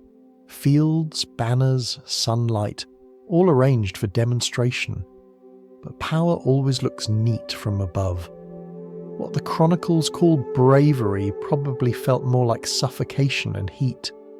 Inside that shining suit was a man guessing the future half a second at a time, and beside him, the horse, steady, enormous, forgiving, carried him forward through choices that neither of them fully understood. When they practiced in the lists, spectators gasped at every movement. The tilt of a lance, the shimmer of a shield, every gesture rehearsed for admiration. Combat had become theatre again. The Black Prince would later perfect this art, but it began here in the rhythm of hammer and hoof. War wasn't yet about strategy. It was about spectacle performed at the edge of death. Victory was measured in applause as much as in survival. The battlefield was only the stage. The forge was where the script was written. The armourers, mostly anonymous, joked that their craft made saints of sinners. A thief could redeem himself by learning to temper steel. A drunk could earn forgiveness by sharpening a blade steady enough to reflect his own regret. The forge, they said, was honest. Fire doesn't flatter. And yet every knight wanted his armour polished bright enough to blind humility itself. Nothing announces faith like sunlight bouncing off vanity. The destrier endured this human need for spectacle with dignified patience. It was less impressed by ceremony and more concerned with oats. but even the horse became symbolic, praised in poems as the creature of valour. Chroniclers gave them names, Bayard, Fauvel, and other syllables of admiration. Their hoofbeats were said to sound like drums of heaven. No one wrote down the grooms' names who cleaned those hooves, but history has always preferred melody to maintenance. At night, after training, the stable would fall quiet except for the faint creak of armour cooling, the soft snort of breath. You could imagine a squire lying awake, staring at the ceiling, wondering whether the gleam of his master's helmet was worth the sweat required to keep it shining. In the next stall, the destrier slept standing, dreaming perhaps of open fields without banners or trumpets. Even animals, it seems, dream of simplicity. By morning the cycle began again. The hammering, the polishing, the measuring of oats and conscience. It was the sound of civilization rehearsing itself, trying to believe that courage could be manufactured like metal. Each clang from the forge was both hymn and warning. It said, "Beauty can protect, but it can also weigh you down." And the men who built their lives inside that shining shell never knew which side of the sentence they were on. The Black Prince would one day ride at the centre of this polished myth, a man defined by armour so famous it gleamed centuries after he didn't. But before the legend marched, it was made here in sweat and sparks.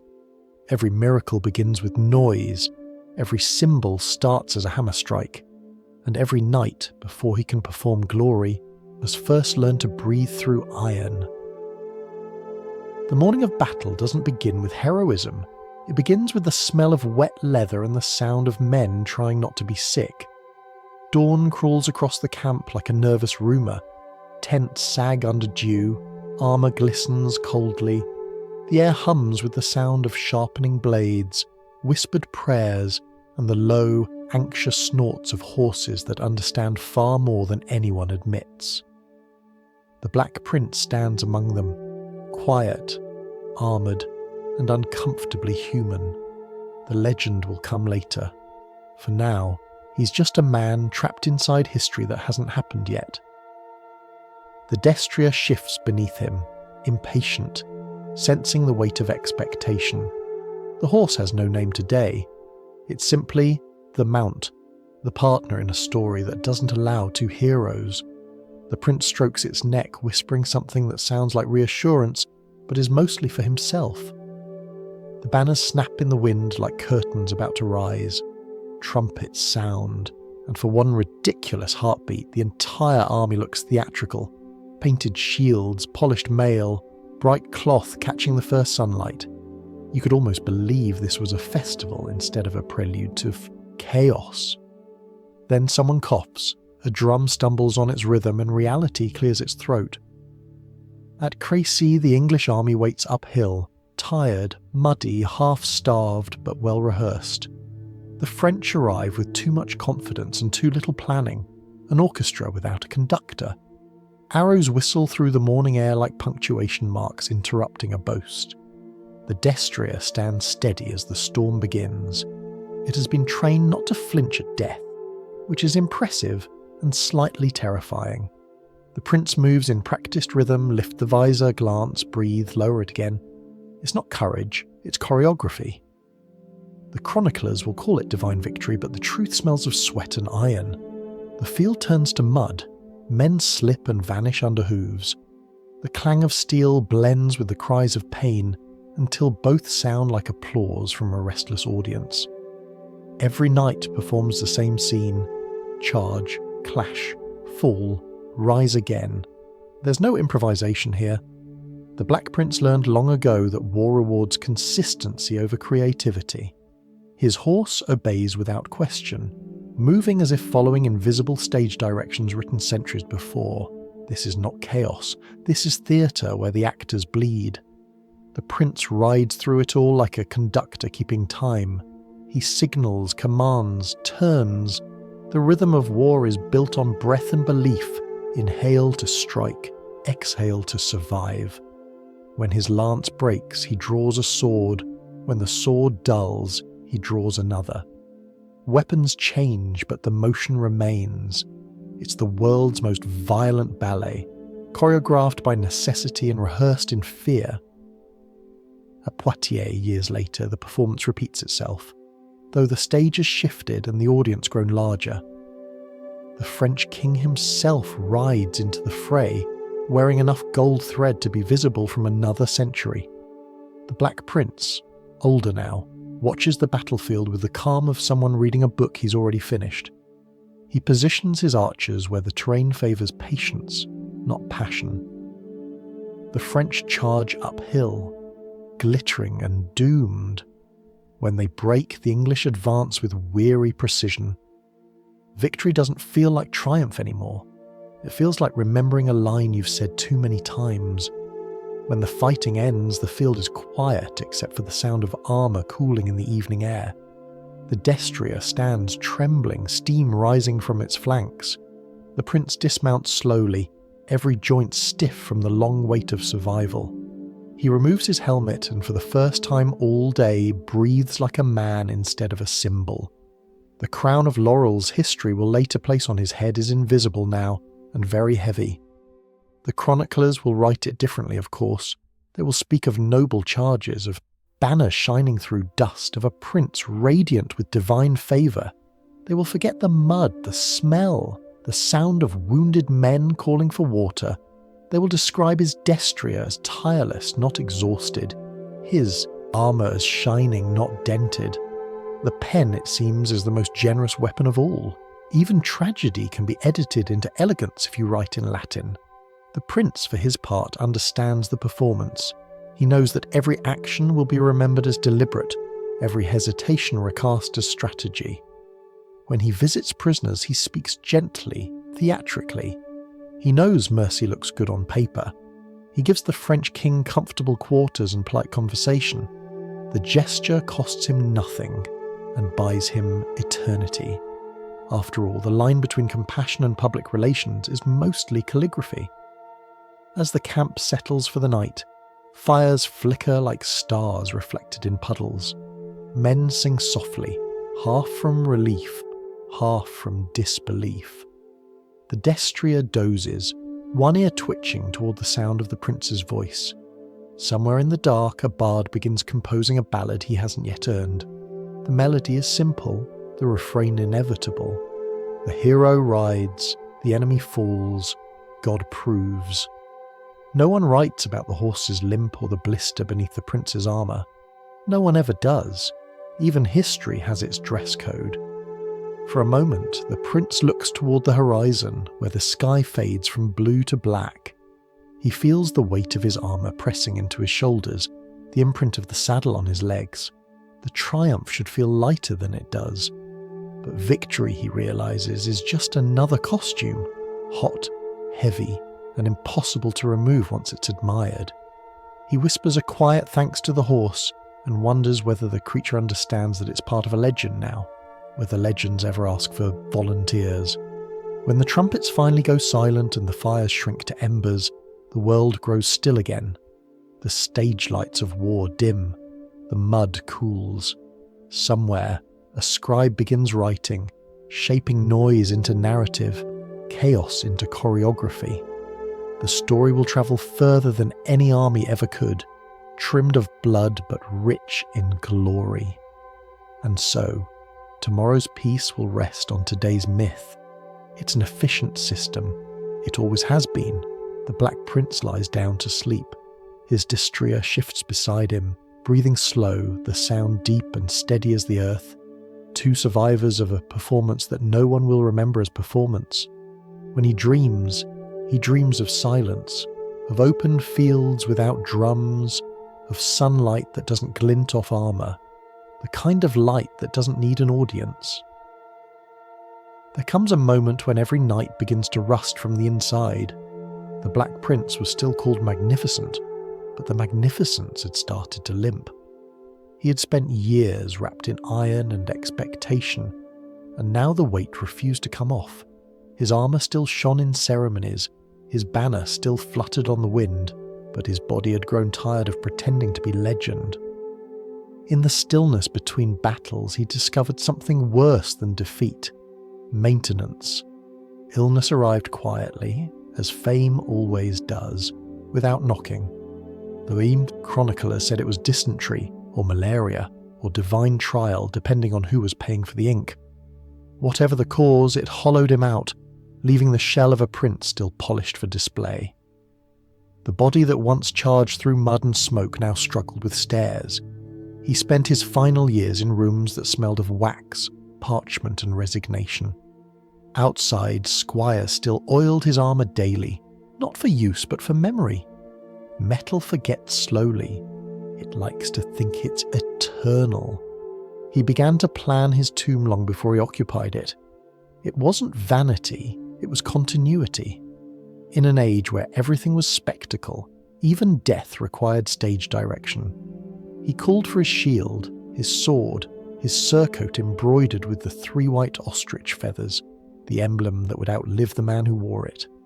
He instructed artisans to carve his likeness in full armour, hands folded in eternal readiness. He even dictated the Latin inscription, Ich dien, I serve. It was modest, efficient, and like most modest things, expensive. The tomb was a statement to posterity. The performance will continue without me. The real man was already fading, but the image remained punctual.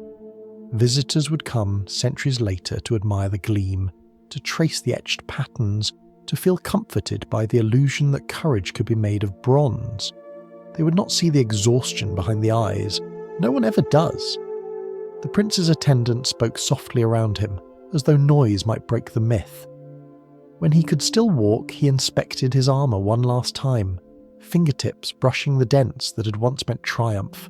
Each scar told a story rewritten by memory. What was once pain became pride. What was once fear became footnote.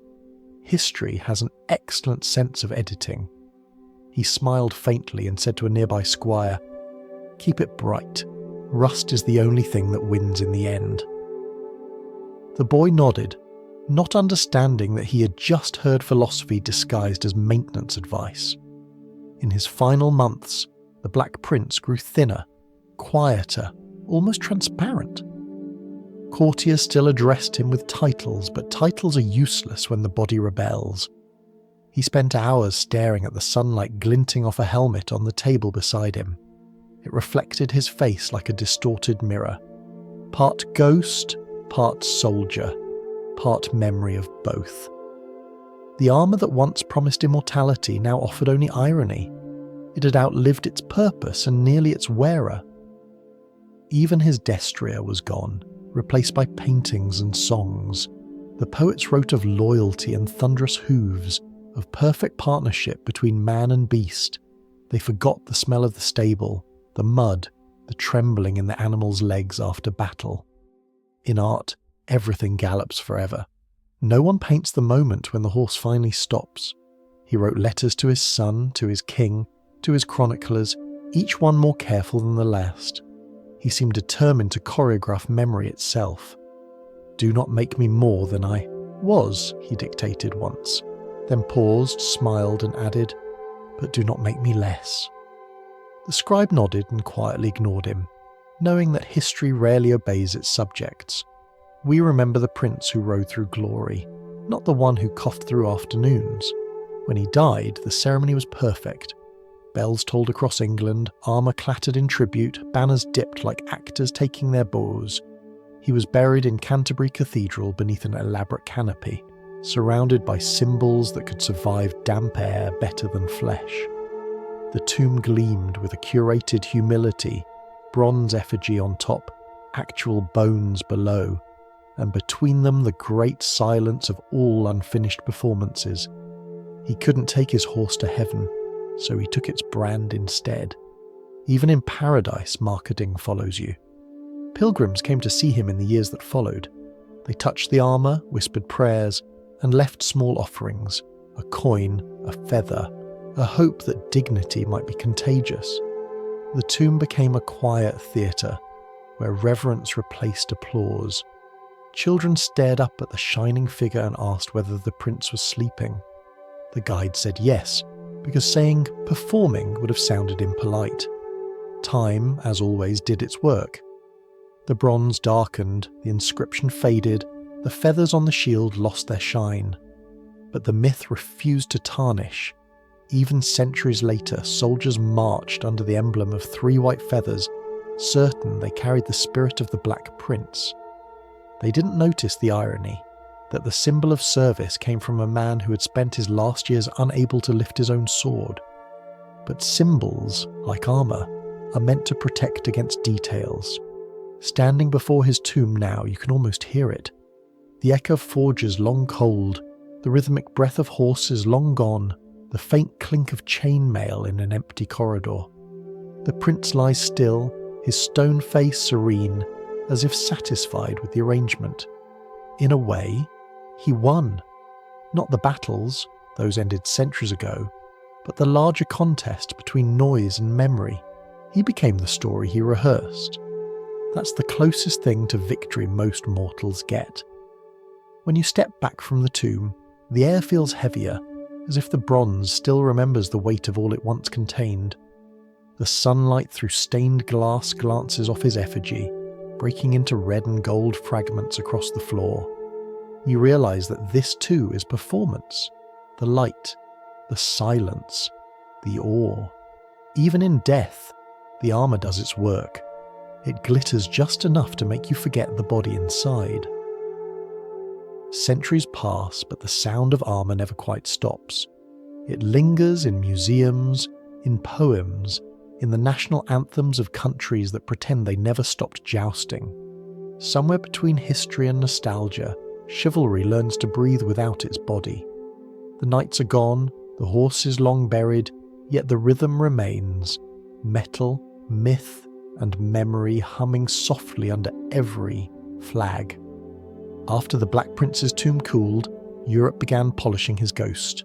The poets turned him into an ideal, the painters turned him into a brand, and the storytellers, never once to let truth interrupt marketing, remade him as the perfect hero. Brave, loyal, courteous, and conveniently dead before disappointment could set in. In paintings, his armour gleams like theology. In verses, his horse never stumbles. The past becomes what it always wanted to be: better lighting. Chivalry, once a job description, becomes philosophy. It moves from battlefield to ballad, from duty to decoration. Poets like Froissart and later Tennyson wrap it in silk and melancholy. They say the age of knights was an age of honour, forgetting how often honour involves setting other people on fire. The myth grows taller with every retelling. By the 19th century, Victorians look back at the Middle Ages as a time of pure hearts and clean swords. It's impressive considering how few people back then had access to soap. In reality, medieval chivalry was less a moral code and more a marketing campaign. It told knights that cruelty could be noble if it wore the right embroidery. It told peasants that their suffering was poetic if someone sang about it afterward. And it told horses, well, nothing, because no one asked them. But the dream was persistent, to turn survival into style. The world didn't want justice, it wanted choreography. Art kept the illusion alive. Tapestries showed knights kneeling before ladies who looked suspiciously identical to the artist's patrons.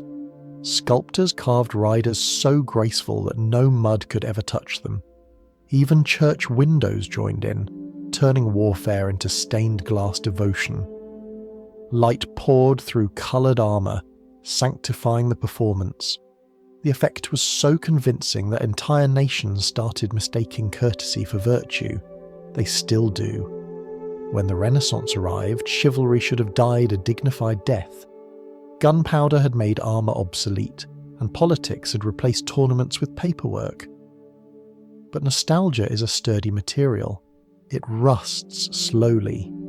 Kings began ordering paintings of themselves in knightly poses, even as they signed trade deals and tax reforms.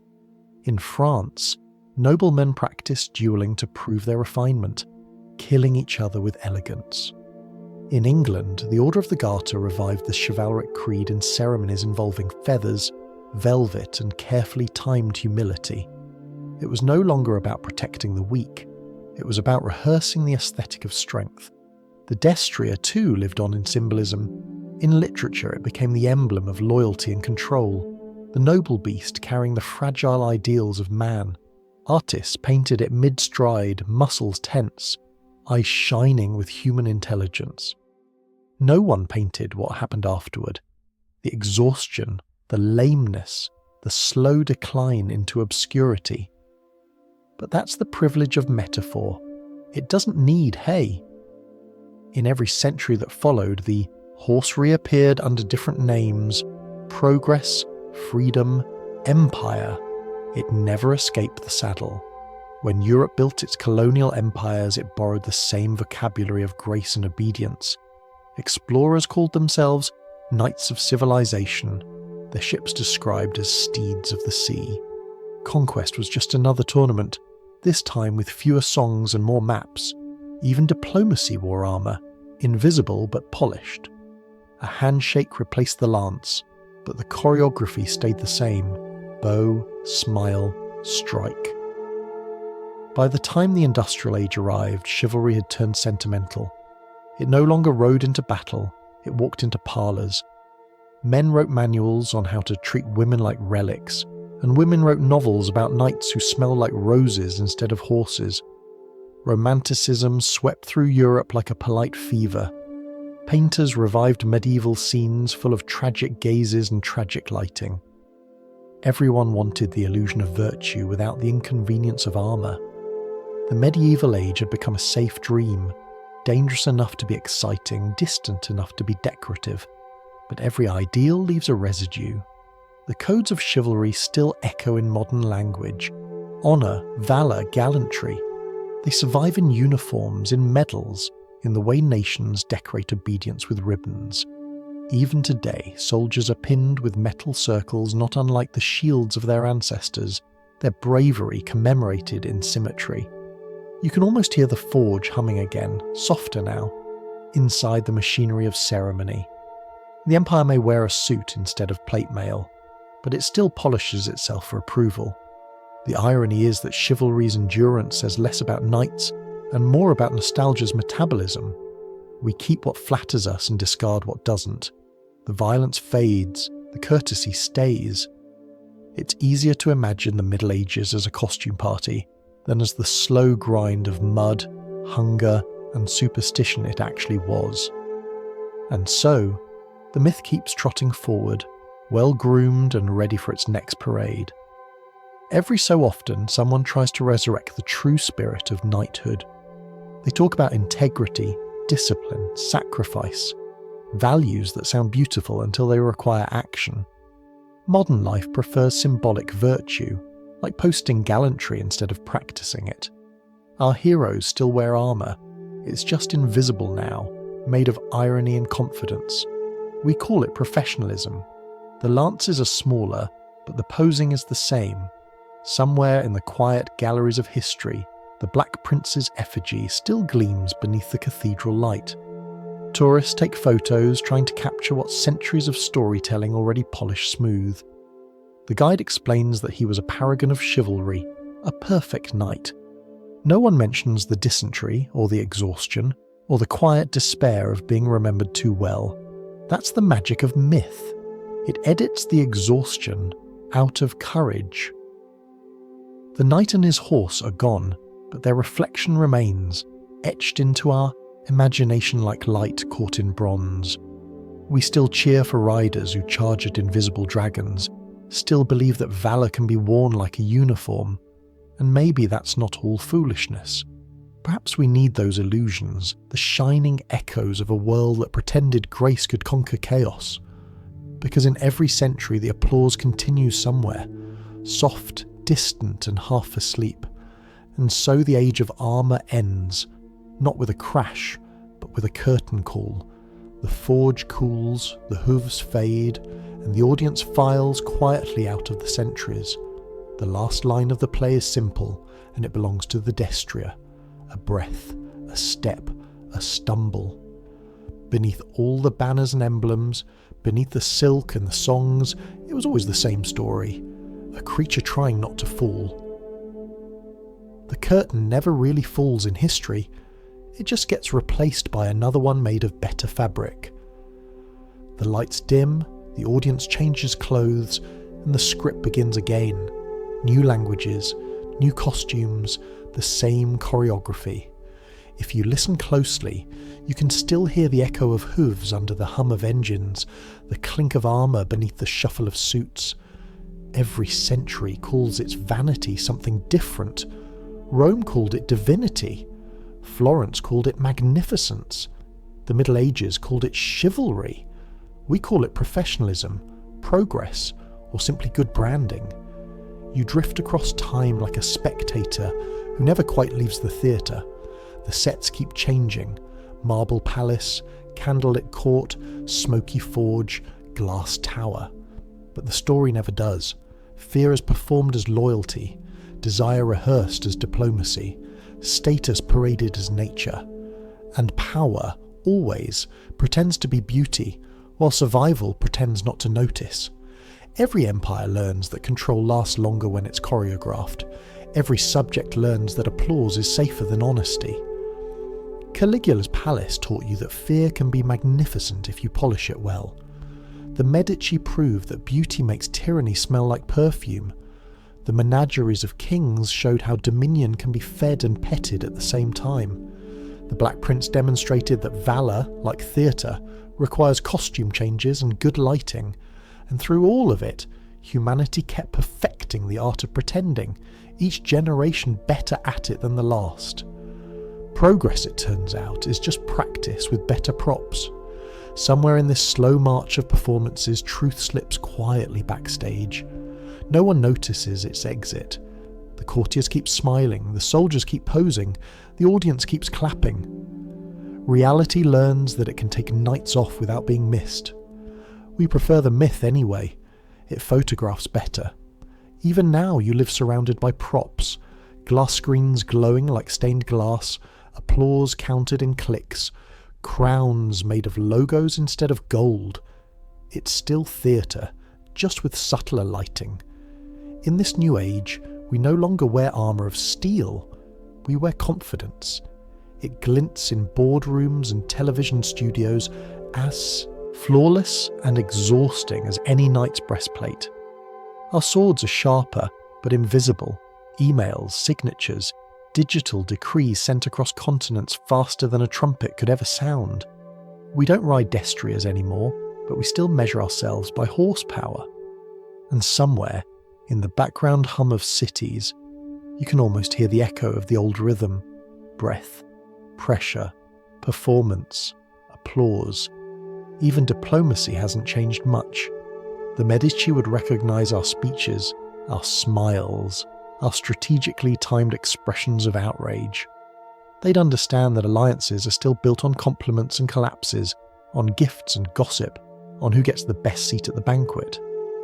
If Lorenzo de' Medici saw a press conference today, he'd simply ask who painted the backdrop. He knew that every good ruler needs flattering lighting, and every good audience a reason to stay awake. The animals too have changed habitats, but not roles. You no longer feed lions in the Tower of London. You watch documentaries about them in high definition. You no longer give elephants as gifts. You give pandas as diplomatic gestures. Symbolism learned to purr softly in air-conditioned zoos. And when the falcon once flew over battlefields, it now circles on corporate logos, frozen mid-flight.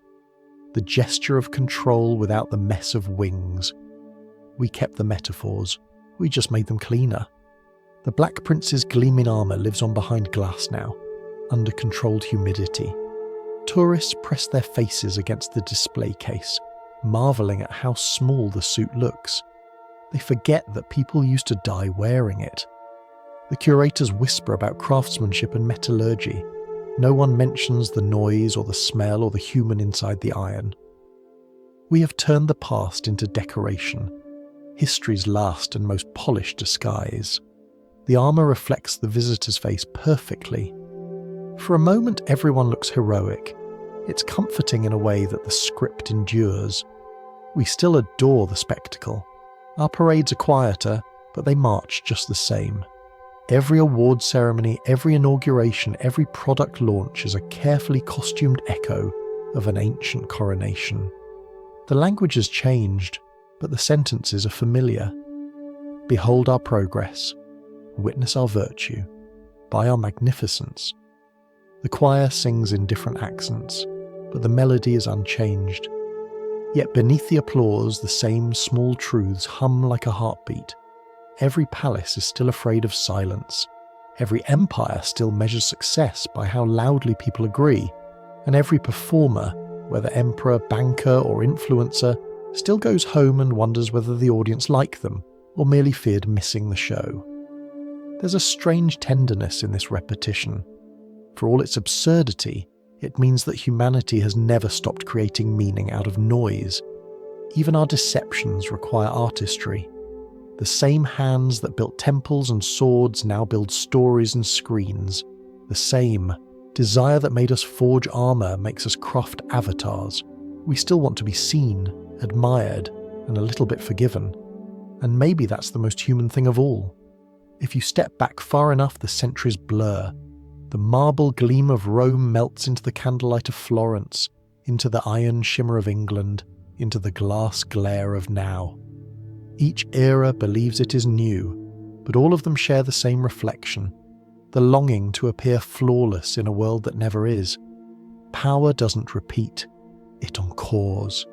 And history, patient as an usher, waits for the audience to notice they've been watching the same play for 2,000 years. Outside, the world is quiet for a moment. The lights dim, the applause fades to a murmur, and there you are, listening half awake, the story still echoing softly in your mind. Perhaps you smile, realizing that every age has its own costume, and every human heart still wants the same thing, to matter beautifully, if only for a moment. Somewhere in that thought the stage resets, the next act begins. The curtain rises on another century, filled with familiar lines spoken by new actors who don't yet know they're part of the same play. History doesn't repeat, it simply waits in the wings, perfectly rehearsed, ready to bow again when we start clapping.